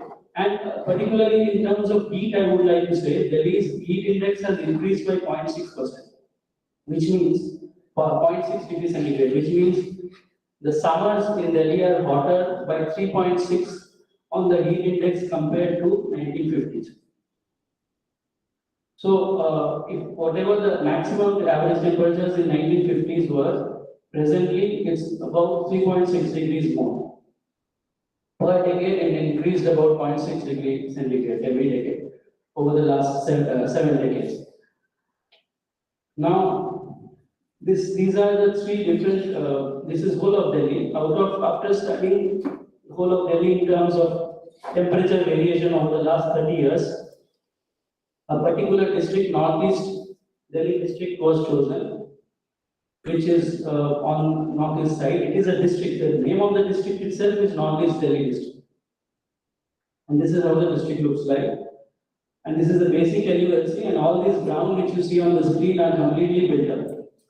And it is so if you study the basic facts, 62 square kilometers is the size, 2.24 million people live there. So you see 36,000 persons per square kilometer. It's a heavily, densely built up. And it's not old Delhi. It's not like the traditional old Delhi. It has this, these parts have come up because of urban sprawl in the last 30 years. And this particular district reported 62 cases of heat-related death in 2019 when this project was going on, just in 1 year. This is just a view from the sky about the place where I'm talking about. So along with this area, it's not slum, it's not designated as slum, actually. So 29% of the population below poverty line, 31% of the people do not have water connections, 38% do not have private toilet, 48% do not have sewer connection. Now I put forward analytical logic which was done in this project, which is maybe very common to some of you, but the point will come towards the end. What is that I'm trying to say? So to bring climate concerns into analysis, certain information was processed. Water, how much water bodies, wind, how much vegetation, and what is the albedo. Relative humidity, local surface temperature, and population density. These were all overlaid. Spatial aggregation overlaid. It led to something called thermal load. Similarly, certain social data, dependency ratio, housing condition, literacy levels, income data were gathered for this district. Access to drain, power, and water was also gathered. Infrastructure. This was also spatially aggregated, and we came at some analysis called adaptive capacity. So when these social aspects like housing condition is good, your exposure to the heat reduces, so you are more adapted. So when your literacy level is more, you are slightly better off to the heat condition. So all these factors towards the right are which builds your adaptivity towards heat, and towards the left are purely environmental factors which help us understand what is the load of heat. And as per UNEP concepts, vulnerability, heat related, any vulnerability is basically exposure plus sensitivity minus adaptive capacity. So exposure and sensitivity are on the left side, adaptive capacity on the right side. It was actually this was applied, and we got something called heat vulnerability. And how did we get? So study area was divided into 500 meter by 500 meter grids. So there were 250 grids, each about 0.25 square kilometers. And for each grid, we had these 14 layers of data, 7 on the right hand side, 7 on the left hand side. So actually 14 into 250 grids, so the data is about 3,500 data sets. These are all evidence-based approach. So these are some of the maps. The same thing, the thermal load index, there were 7 parameters which led to the thermal load map. Similarly, there were 7 parameters of adaptive capacity which led to the adaptive capacity map. So now the adaptive capacity and thermal load were overlaid, and we got the heat vulnerability map, which is now on the screen, slightly bigger in size. So out of these 250 grids, 71% of the grids are highly heat vulnerable zone. And this heat vulnerability is not just the temperature, it has 14 different factors built into it, where temperature, local surface temperature is one of the factors.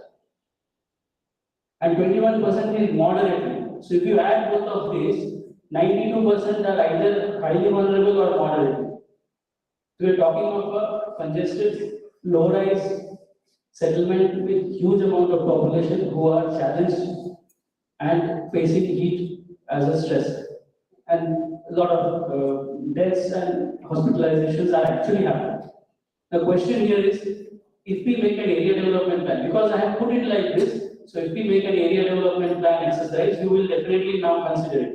But traditionally, the local authorities are not, when they are developing the land use plan or the future plan for this district, these information, these 14 layers are not an input. Heat vulnerability is not an analytical input. So I leave this. So what we did, we identified 3 actually notified slums within the district which are lying in the most heat vulnerable brown colored grids. So this is the district, and this is one of the zone which was heavily heat vulnerable, which is called Babarpur. This is in Delhi. In this Babarpur, we took 3 neighborhoods and we studied. We went into detail. We studied the 3D using 3D analysis. We studied the pattern of the build form in terms of mass void ratio, in terms of percentage of green per capita. And this is how this area looks like. It's heavily built, and it's not these 3 neighborhoods come under slum, but most of this district is not actually called a slum. Now comes the second analytical logic. First one was about climate, bringing heat to one. Second is now inclusivity. What we did, we took 5 key slum informants and 3 neighborhoods were there, so 15 interviews were done. So these interviews led to 32 parameters of vulnerability, defined by these key informants, not from any literature. These 32 parameters of vulnerability were basically under 3 heads: physical, socio-economic, and health. So the people living there feel that these data points are actually affecting their leading to them becoming vulnerable in terms of heat. So then we used experts who are not the local people so that we can give weightages to these parameters. So parameters 32 was a lot of parameters, so weightages were given. So all these 32 parameters were given weightages. And then detailed household level surveys was started. So 70 samples were taken, but because this was an academic project, sample size is less, we could have gone to maybe 300, 400 samples to make more accurate calculations. So these 70 samples, household surveys were done, 3 focus group discussions were done to arrive at understanding of these 32 variables. So understanding of variation of vulnerability needs time, understanding of challenges to the asset profiles. The 5 assets which I showed at the start, are their assets challenged, and what do they think of their vulnerability based on these 32 parameters were derived out of these interviews and FDGs, focus group discussion. So this in literature is called participant modeling, facilitated dialogues and scenario building. So this led to certain heat action plan, negotiated because based on this we understood. I'll quickly take you through. So for example, on the screen on the left hand side, the vulnerabilities were separately understood. Physical vulnerability is the first bar chart, socioeconomic and health vulnerability. So this is for one of the slums called this Basti. So within each slum, we try to understand which aspect of vulnerability, physical or socioeconomic or health, is more challenged. And then they were ranked. So we understood. So 24-hour activity chart was done, stakeholder productive activity chart was done, which time of the day when maximum heat happens, at that time, what is the activity and where are they? So many of the people there are actually engaged in informal sector, and between 12 to 3 o'clock, they are actually not being able to earn their livelihoods because of the heat. So it was analyzed as to how much losses they are making, and all these 5 capitals were put on these kind of radar analysis. So we understood that landowners, daily wage laborers, street vendors, small shopkeepers, which of these stakeholders are having problem in which asset profile. And parallelly, we are also getting the vulnerability scores. So if you see the first neighborhood, so physical vulnerability is more than the socioeconomic vulnerability. So we cannot have a one approach which will fit all the slums and just simply go into every slum and put the same slum development measures. It needs to be linked with their vulnerability towards heat, towards their own perception. And this is the framework which I am moving towards. Then quickly, I won't get into this. Some more technical analysis was done, sky view factor. You must be knowing about this already. So if you have 3D analysis, if you go along the street, how much part of the sky is visible from the street? So we can get factors. So more is the sky view factor, less is the heat accumulation along the street. If the streets are narrow and having buildings on both sides, the heat tends to get captured there. Then roof radiation was also calculated for how much roof radiation is happening, and urban canyon. This is also linked with the streets where the heat is getting accumulated. And these are not complicated. It sounds complicated. These are very simple tools. Can be easily calculated if you have the 3D map of any neighborhood. Now coming towards the end. So it was decided in this project that we need to have differential development control regulations. So if you see Skyview and Urban Canyon, if you see, the left-hand side is a street where two high-rise buildings of the same form are there on both sides. So the amount of heat along that street, the heat accumulation is higher. So if the buildings were like this, which means less ground coverage in the upper floors, the Skyview factor increases and heat goes down. The simulation tells us so. So presently existing condition is like this. We go to this Seelampur, this area, the ground floor is having a particular ground coverage. When you go to the upper floors, they are extending it slightly because they want more space to live. Unauthorized. So this is further reducing this Skyview factor and creating urban canyon. So what was proposed was the development control regulations allow same 100% ground coverage in every floor. And presently the buildings are G or G plus 1 or G plus 2. Nothing is beyond G plus 2. But the FAR allows it to go up to G plus 4, which is yet to come. Maybe after a few years the buildings will rise. So it was proposed that after G plus 3, if you want to add one more floor to capitalize on the FSI, the ground coverage on those upper floors can be made slightly lesser. So this is how the DCRs will look like. If any new construction happens, 4th floor, 5th floor, 6th floor, it becomes 85%, not 100%. The idea is to create the heat to move up. And 272 plots out of all the plots were identified where this can be enforced because those plots are yet to go high-rise. Similarly, plot amalgamation was thought of at a subsidy level. Plot amalgamation is when you consider a group of irregular plots, ask them to give them development incentives so that they can be amalgamated. Market forces can amalgamate them and they get better ground coverage and setbacks on all sides. So they get incentive. And also bioswales, the chance to provide bioswales along certain roads were also found out. So 5 corridors were identified, which means 542 plots where plot amalgamation can be implemented, but it needs to be incentive driven. It doesn't happen on its own. And 71 kilometers of road in these 3 neighborhoods where bioswales can be implemented, which is the roads which are more than 30 meters wide. So the point here is that heat action plan was suggested. So it has many more details. I don't have the time. So shade-oriented plantation drives, perimeter control of existing urban green and blue. What is existing? Very little is existing, but still perimeter control of that. Compulsory unpaved setbacks in large plots and redesign of right-of-ways to bring in the bioswales.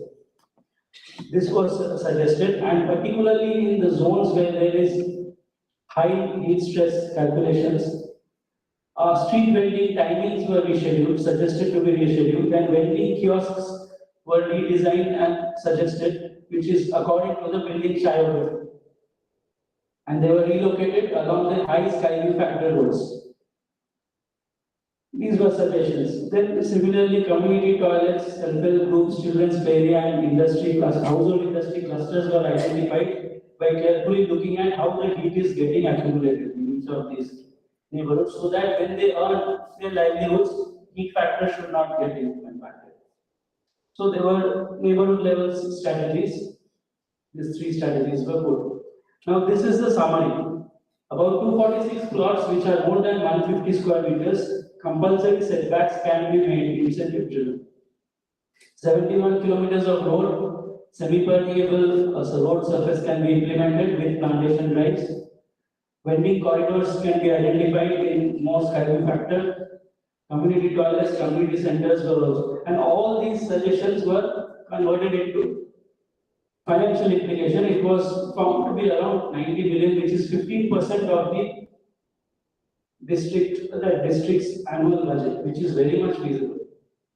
We are spending on a lot of things, very much feasible to do these grassroots level small changes, which is heat oriented. So summing up, okay. So what I am trying to say is, in the last two slides, at the input level, what we showed is we gather data related to exposure, sensitivity, infrastructure, and socioeconomics. So what it led to, at the processing level, it gave us the heat stress zones in the map. We could identify those zones. So we knew where to focus and how to make the variation in the strategies.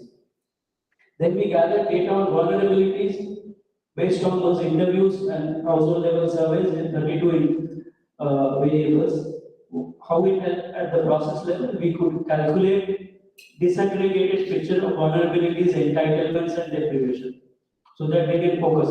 If the physical vulnerability is more, we bring in physical structures like toilets, playgrounds. If the socioeconomic vulnerability is more, we bring in schools there. We don't go purely by URDPFI. And then we gather data on the built form, like the 3D part. So it helped us map the spatial challenges related to built form, the street, right of way, and etc. So input and process like this, and at the output level, suggestions were developed with women's self-help group, community center, vending, time management, community toilets. So what is happening is we are addressing uncertainties which are grassroots level people challenge related. So this, according to me, internalizes the inclusivity. And this was based on the analytical logic too, which was driven by interviews and grassroots level studies. And on the other hand side, we are, as an output level, we are suggesting compulsory setbacks, heat action plan, plantation drives, redesigned right of way, not everywhere. It was defined which are the roads, differential development control regulations. So this, according to me, are addressing aspects which are linked with the heat stress, which was based on the analytical logic one and actually internalizes the resilience part. So both inclusivity and resilience somehow gets addressed probably in this process. Now to simplify, this was the diagram I showed earlier. This is the routine procedure. So what happened while collecting data, we collected specific data related to climate and environment.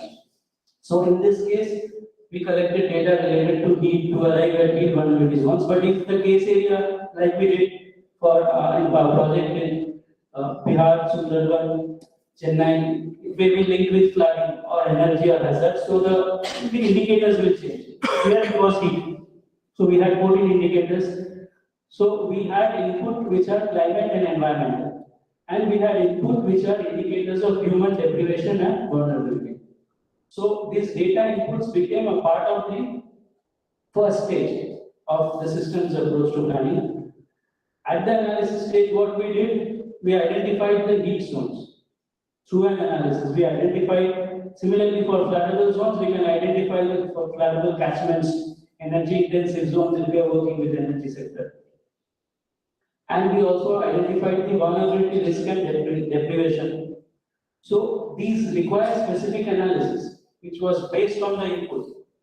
At the proposal stage, we came out with climate action plan. In this case, it was heat action plan, but it can be a flood mitigation plan or an energy optimizing plan.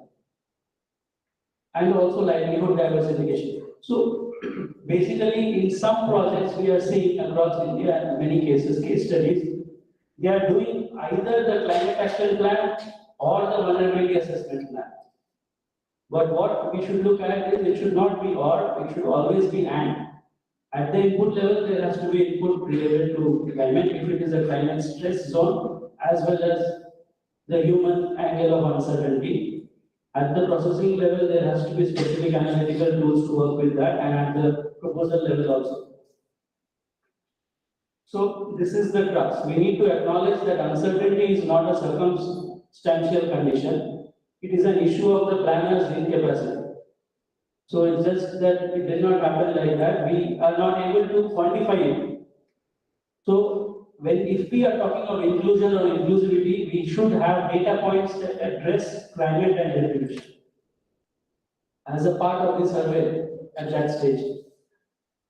Similarly, at the analysis stage, the planners' capacities need to be built so that they don't just do a routine land use plan, traffic and transportation, origin destination survey, and then come up with some proposed land use plan. They have to start working on factors which are relevant related to resilience and inclusivity of in a climate risk zone.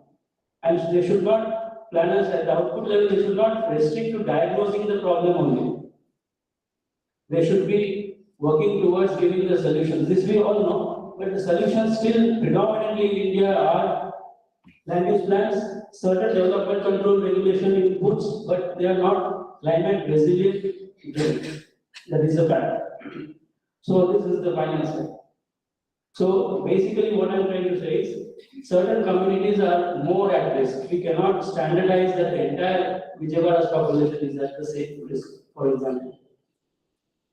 If because of developmental inequity, along with various different exposure to climate hazards, certain communities are more susceptible. We need to understand that, and we have to bring out that in our analysis before forming the plan, before coming up with the final plan. So uncertainty, the last one, carries within it the potential of coping and being resilient. When certain communities are uncertain, also parallelly they are devising strategies to become resilient at their own level, individual level. Maybe those strategies are not good, but there is some coping mechanisms which they all follow. So if we understand those potentials, how the communities are restructuring, we build in the scientific, data-driven, evidence-driven analysis in our planning approach, then we can restructure the process. Restructure the planning process, and which is oriented towards making climate resilience, inclusivity a part of the process, and not just suddenly it is happening at the end. At the time of giving the recommendations, we start making nice diagrams and say that this is also linked to sustainability, etc. What has been done right from the data collection stage is what we should know. So this is about it. So as a starting point, it is pragmatic to build an appropriate data infrastructure and adopt a restructured composite iterative process. This is what I'm trying to say. We cannot change the uncertainty. Planners cannot change the uncertainty. It is inherent. It is socioeconomic, demographic. It is stemming from many years of struggle, independence, etc. And climate risks also we can change, but we cannot change through a master plan or a land use plan so directly overnight. But we can definitely restructure our process, planning process, and make it mandatory to gather appropriate data and comply with people's needs. So this is what I am trying to say to the presentation. It is we to restructure the way we look at the planning process. And if somebody is trying to assess, or some organization, Government of India or unilateral, multilateral organization is trying to assess whether a particular city's planning is resilient or inclusive, it should not be just based on indicators. It should be based on the process indicators. Whether the planning team, whether the planning organization, what process they followed, which data it was input, what analysis was followed, and how it was made participation. Along with all the other existing indicators, process-driven indicators are important if we want to change. So that's more or less about it. Thank you.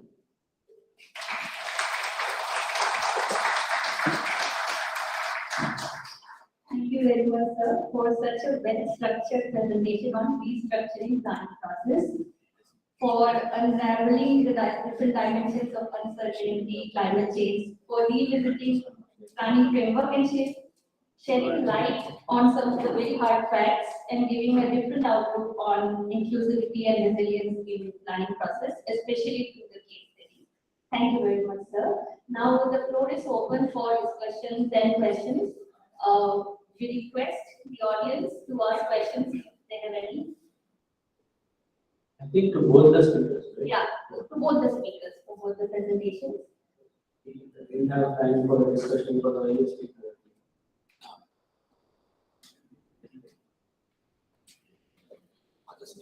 So can we have the overall screen so that If the other speaker,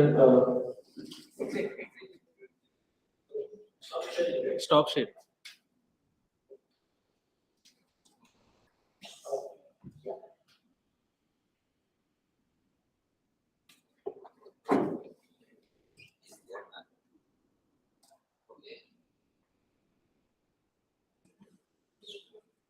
Thank you to both Dr. Ayon and Professor Ayon and Daniel from UNDP. It was a delightful presentation, both of yours presentation, and it was really very informative. I have a brief question. First, I asked the presenter, Professor Ayon, regarding that study of Northeast Delhi district, and in which you correctly assessed that the urban Italian effect and the canyon effect, urban canyon effect is getting enhanced due to upper building floor footprints also being maintained the same, and in some cases they are unauthorized, we are actually extending it, taking advantage of certain loopholes in the FAR calculation. But that is good from an ideal, climate assessment point of view, that we restrict the building footprint and we keep receiving, as you suggested in the drawings also in your schematic section, that we make it 85% of the building footprint as compared to the ground floor and the lower floor. We reduce the footprint and we progressively go on. But realistically speaking, in our real estate sector, and where there is so much acute shortage of housing and everything, would people actually agree to do that? Would even the agencies actually enforce that? How can we actually get it done on ground? Yeah.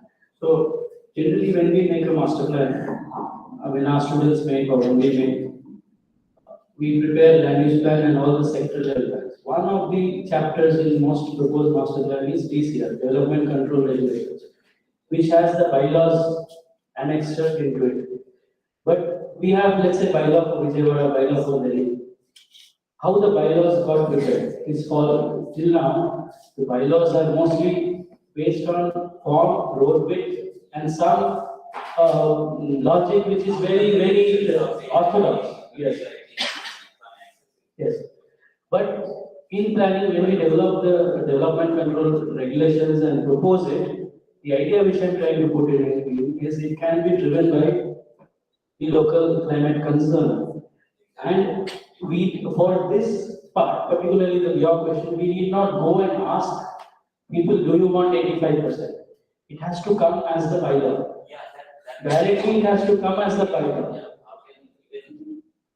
Integrating it as part of the bylaws may prove to be a challenge, as it has so far proved to be, right? Yeah. Generally, whatever bylaws we have in our cities, very rarely we see people going to court asking for FAR or this or that. Pressure. Yes. Yes. So bylaw is something which is generally enforced. It can be challenged. Even if it is challenged, this cannot be participatorily proposed. It has to be analyzed, and thus it has to come as one of the chapters in the master plan.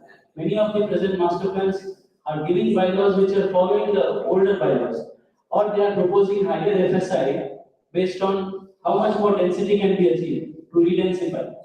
But a bylaw change which is driven by climate or environment is the point which and if it comes as a rule, even if it is challenged in a court, there is enough scientific evidence, as I showed, that it is leading to heat stress. We are trying to release the heat stress. It's as simple. And it is. One more thing, I get your point. This entire area is middle and lower income. If you see the images, it is heavily, it is not, yes. So even after 30 years, the buildings are not going beyond G+1 or 2 as of today, because they don't have the capacity to go higher. The plots are small, but maybe some are there. So, but it is maybe 10-15% of the total number of plots. So when we are simulating that in future what maximum can be the build mass, there we can bring restrictions. There may be other PDRs given, so that for 85%, the 15% reduction, there may be a tax holiday, there may be a property tax reduction. So instead, yes, it should be taken forward. And as you were yourself mentioning in the presentation, we have energy actors, vulnerability actors, and in this GIS-based system of planning, we can superimpose on each layer over the land use layer basically, and that's not being done at present. Should be done actually, maybe done as part of the exercises, but not done. Thank you. And my other question. Because they may not be. Okay. I'll keep this brief because this question may consume too much time. Daniel, I'm calling you by your first name only because from UNDP. You're there, sir.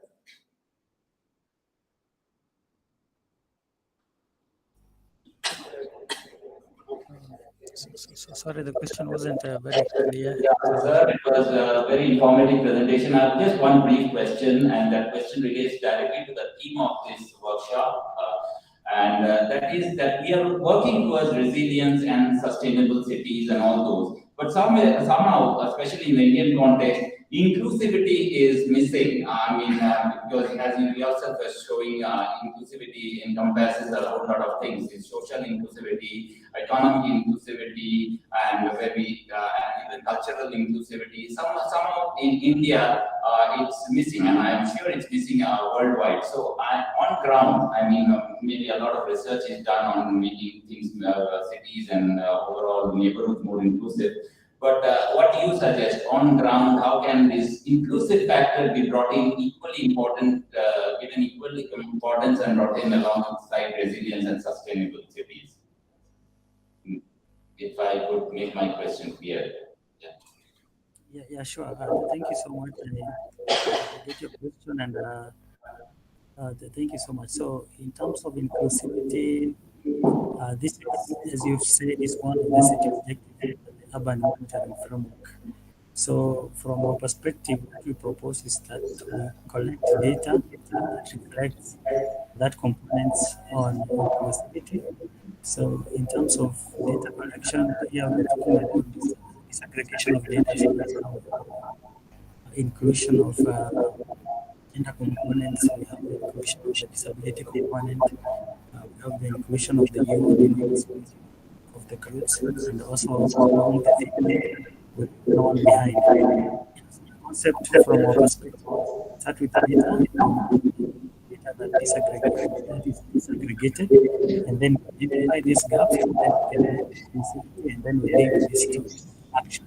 But ideally, as you say, without this breakdown, it will be common in most of the interventions that we provide. But I don't get much more time, 30 more seconds, but that doesn't seem to happen because, societal pressures, and even in India, it's as simple as rising disparity of rich and poor, which just doesn't let our societies become inclusive. So as planners, you do a lot of groundwork, but somehow it doesn't get reflected. We all do. I'm an urban planner, so we all do a lot of groundwork. Somehow. Okay, thank you. I'll give you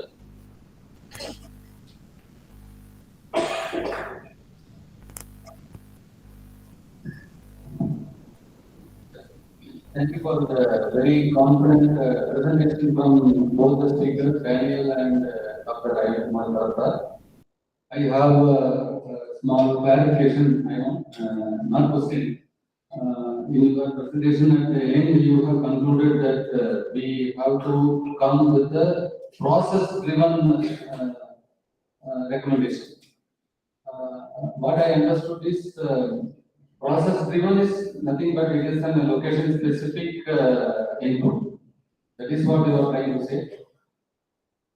Now, process-driven, how does it combine? I'm saying what basically you're right. What you're saying, you have to restructure the process.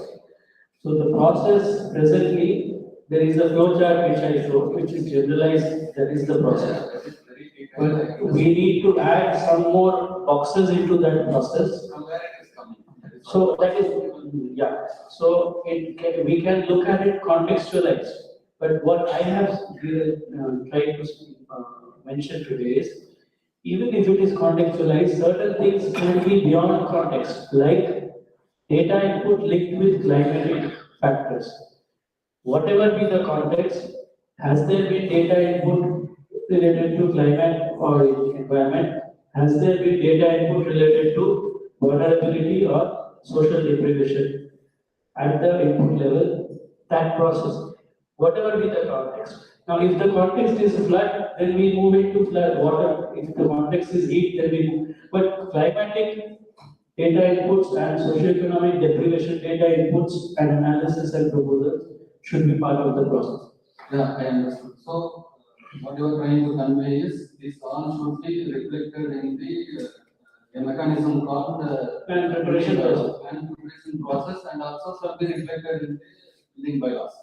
For implementing through building bylaws only, we are controlling. Maybe, no, not only building bylaws. Sometimes we may, certain things may not come in the, it may show the policy or language that.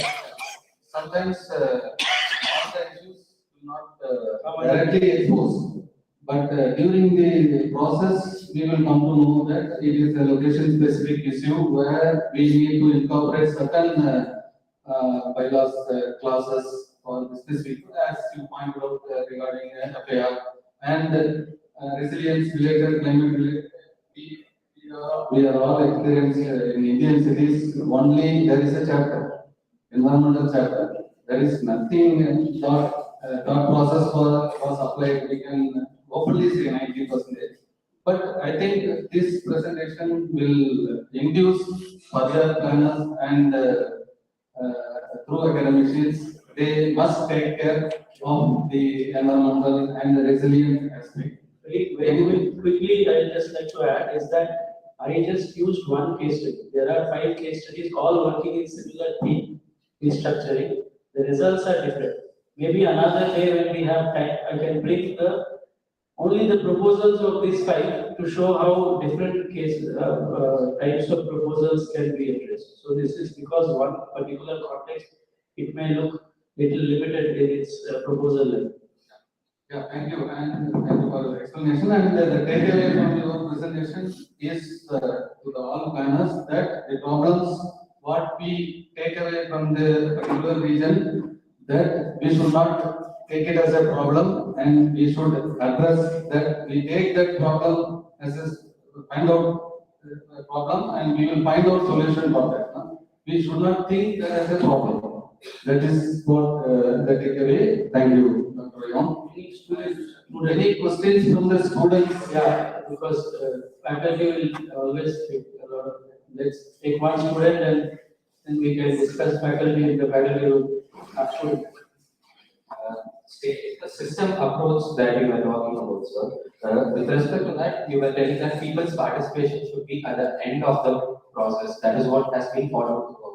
So recently, me and my friends from Plant visited a CMA meeting, as a Chennai Metropolitan Authority meeting, where they are organized the participatory planning meeting in the second and third step of the process, where they are trying to find out people's opinion in the initial stage before going for the third master plan of Chennai.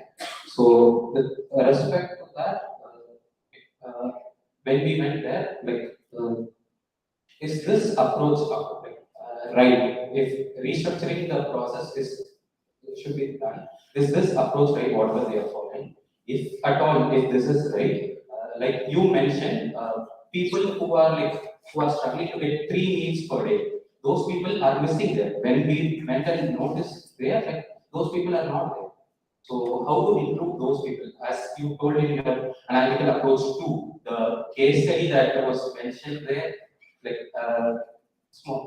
I got it. So basically, first response is what is happening in Chennai, where people are the planners are going to the people and discussing at the stage 1, stage 2, stage 3 of envisioning intervention. It's something which should happen in every master plan preparation. I'm also trying to propagate that. But my quick checkpoint for you, because you're going through the learning process, just these workshops with the people is not enough. After these workshops, which you have also attended or experienced at stage 1 or stage 2, after coming back to the planning room where the plan gets analyzed and prepared by the planning team, what were the takeaways from there? Did they identify that these are the 5 indicators on which we have to work? If not, it is just a show. If it is leading to certain data indicators, certain analysis, then fine. Otherwise, it is just, I mean, people are meeting and then ultimately the planning team is again going back and doing work. So whenever public participation is happening at any stage, we should look at it, what is the data input out of that, what is the analytical approach out of that, and what is the proposal going to come out of it. Then it's, this is the point. Maybe Daniel would like to add something to this question by the student. Like how to get more meaningful participation. Yeah, so sorry, my sound quality wasn't very clear, so I wasn't able to follow much because of the quality of the sound.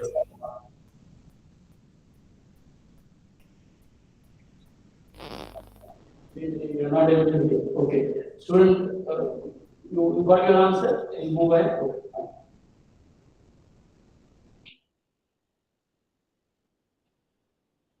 Even more questions from Students or faculty? Both now. My question is to Daniel. Daniel, are you there? Hello? Yes, I can hear you. Yeah. So one of your slide talks about this dimensionality and comparability, where you have shown us this course of resilience, inclusive, and sustainability as different. They are not same. So we just wanted to know how these figures were arrived. In one of your slides where you were discussing about the comparability, you must have referred to benchmarking cities, then you have a score for each of this. For resilience, you have one score, for inclusivity, one score, and for sustainability, one score. So can you explain us how they were arrived? Yeah. Thank you so much for the question. If I get it right, is that you want to understand how we generate a score for inclusivity under each of the domains. Then we look at the sustainability and also safe and resilient. And so what we have is the matrix that I showed you. We have the dimensions on one side, which we call the domains. Then we also have the set objectives on the other axis. So at the intersection of these two components, we have boxes, and under each boxes, we look at the set of indicators which fit the combination of the two domain and also the set objective. So we look at what best fits sustainable society, sustainable environment, inclusive society, inclusive environment, inclusive culture. So we have a set of indicators and we put them in these blocks. So realize some of them will fall into more than one block. So we look at what fits into the individual blocks. So then after that, what happens is that you compare them.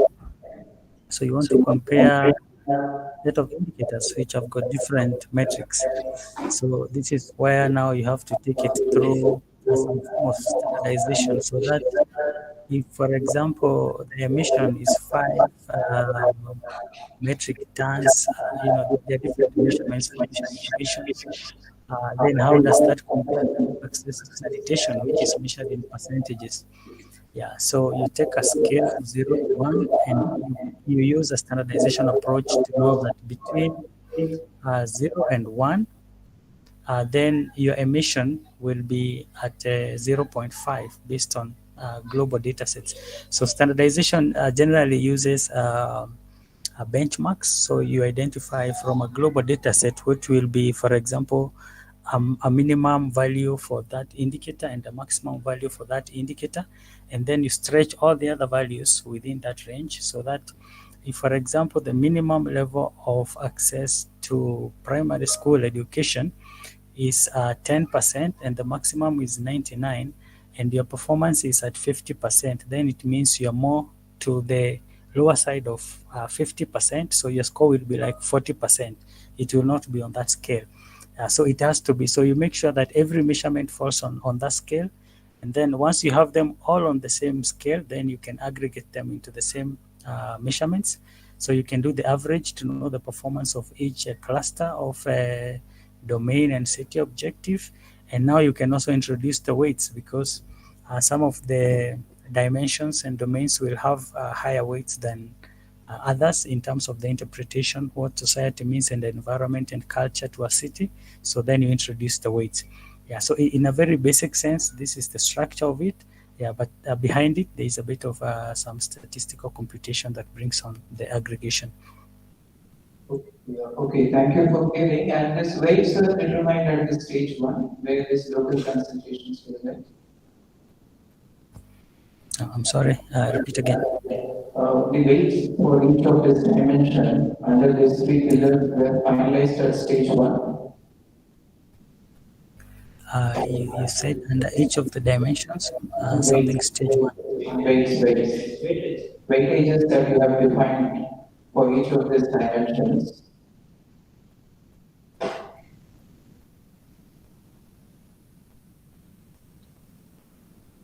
The weights that you have defined for the dimensions. So you said locals were involved in finalizing the indicators within the framework. So is that the stage where these weights were finalized? Well, I'm sorry, the sound quality is really bad for me, and I want to capture the question as it is.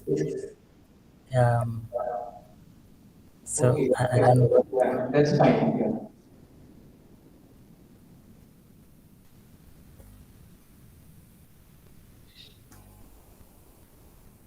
Any other questions? Students?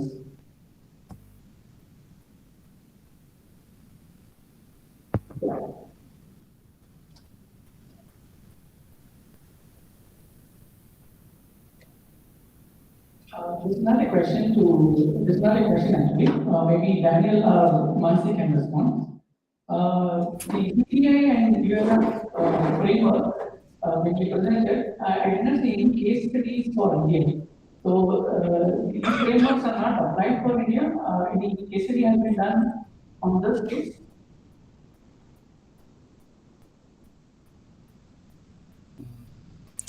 Yeah, if someone can help me to do a quick text on the chat, maybe that could help more, because I'm missing the questions, and I'm sorry for this. Daniel, the question is, if you can hear me, is that has the UMF been applied to any city, and can we see the results? Is there a case study for the UMF?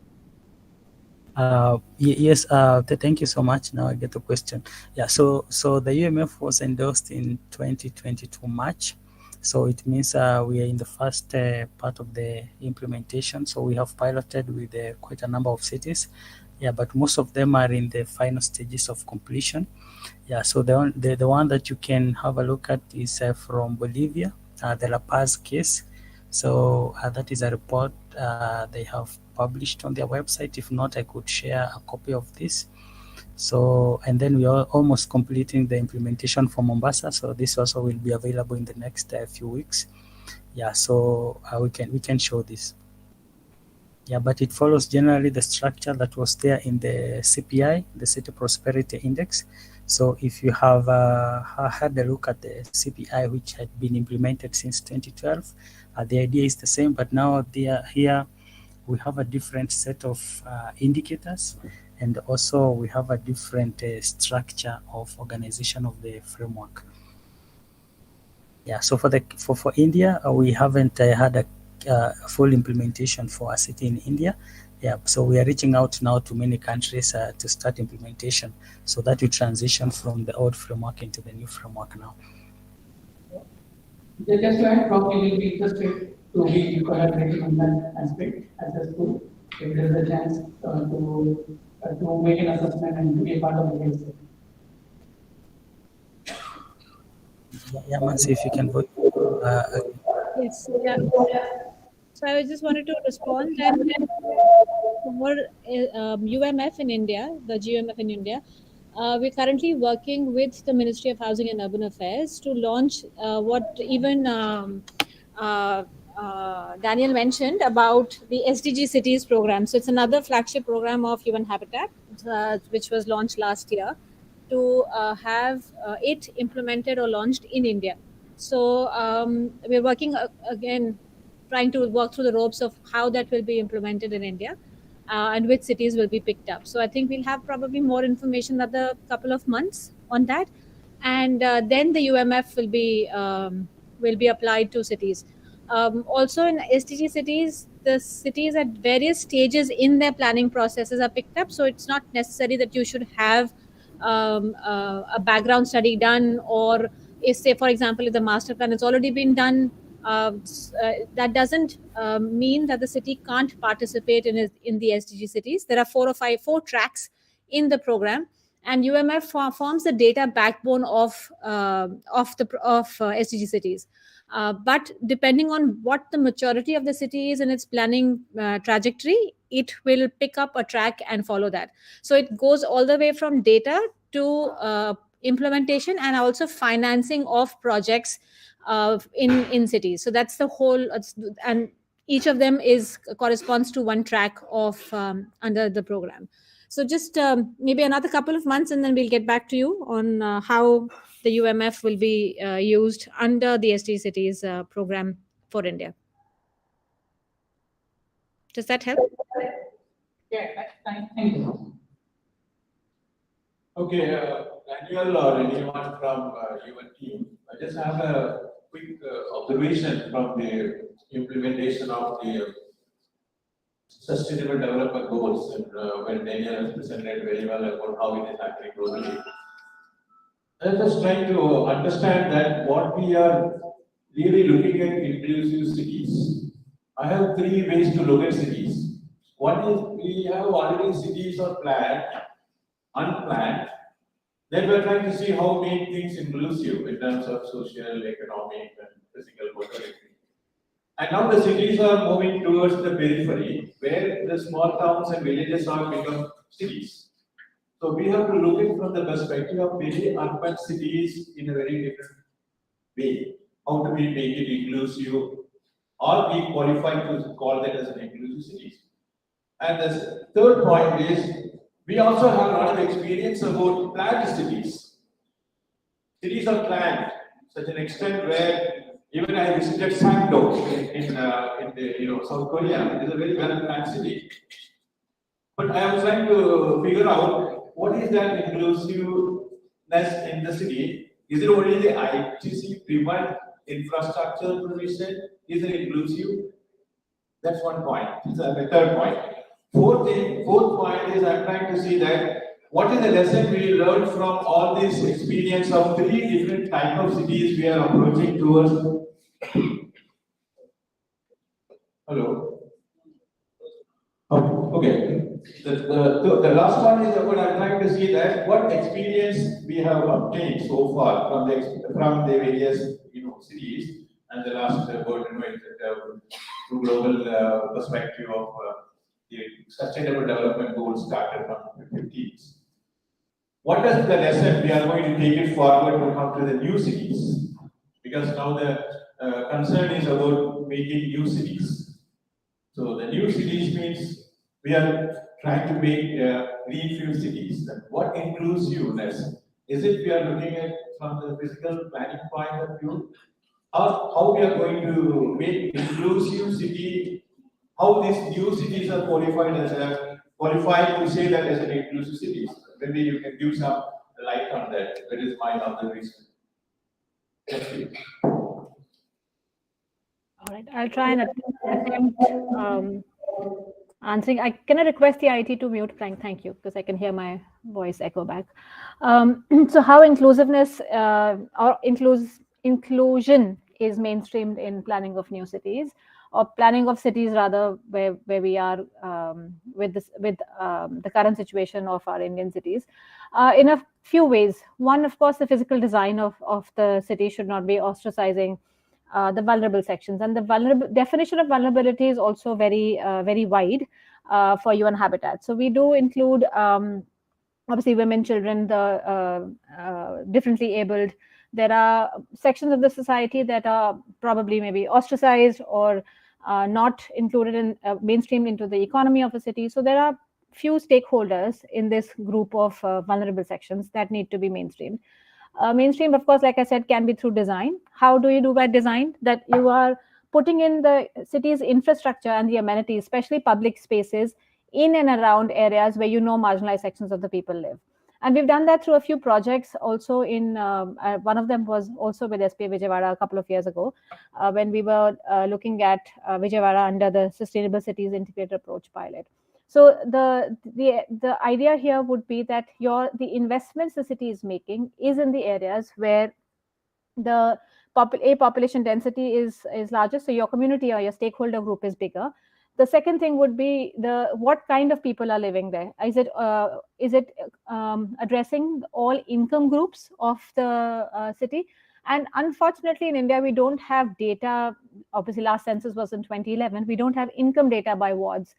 So a lot of ground level information or observation has to be roped into in designing these spaces, or in at least locating these investments in the city. So that's by design. And the other thing is in policy. So is policy responding to including the vulnerable sections of the society or the community members of the city into the policy dialogues?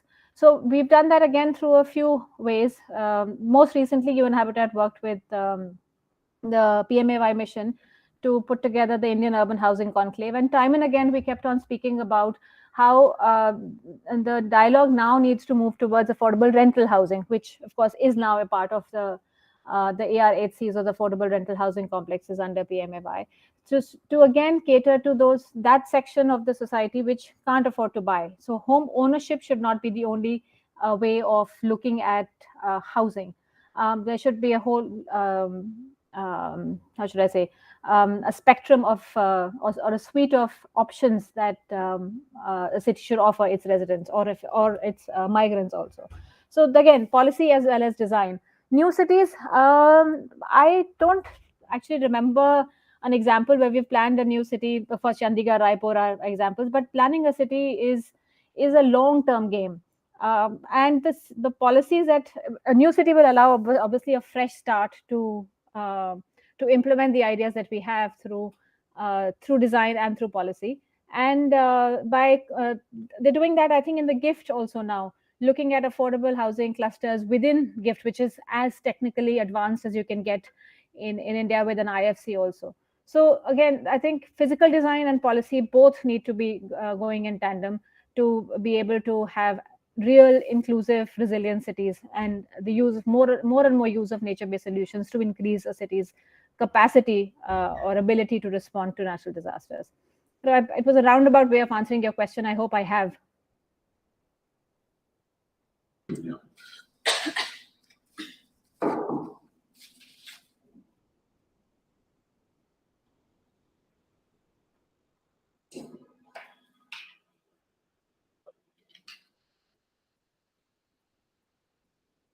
Thanks a lot, Ms. Mansi and Mr. Daniel, and also Dr. Ayan, for engaging the audience with your insights. And we had really a very resourceful talk over here, and very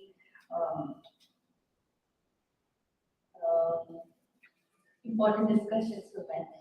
Thanks a lot.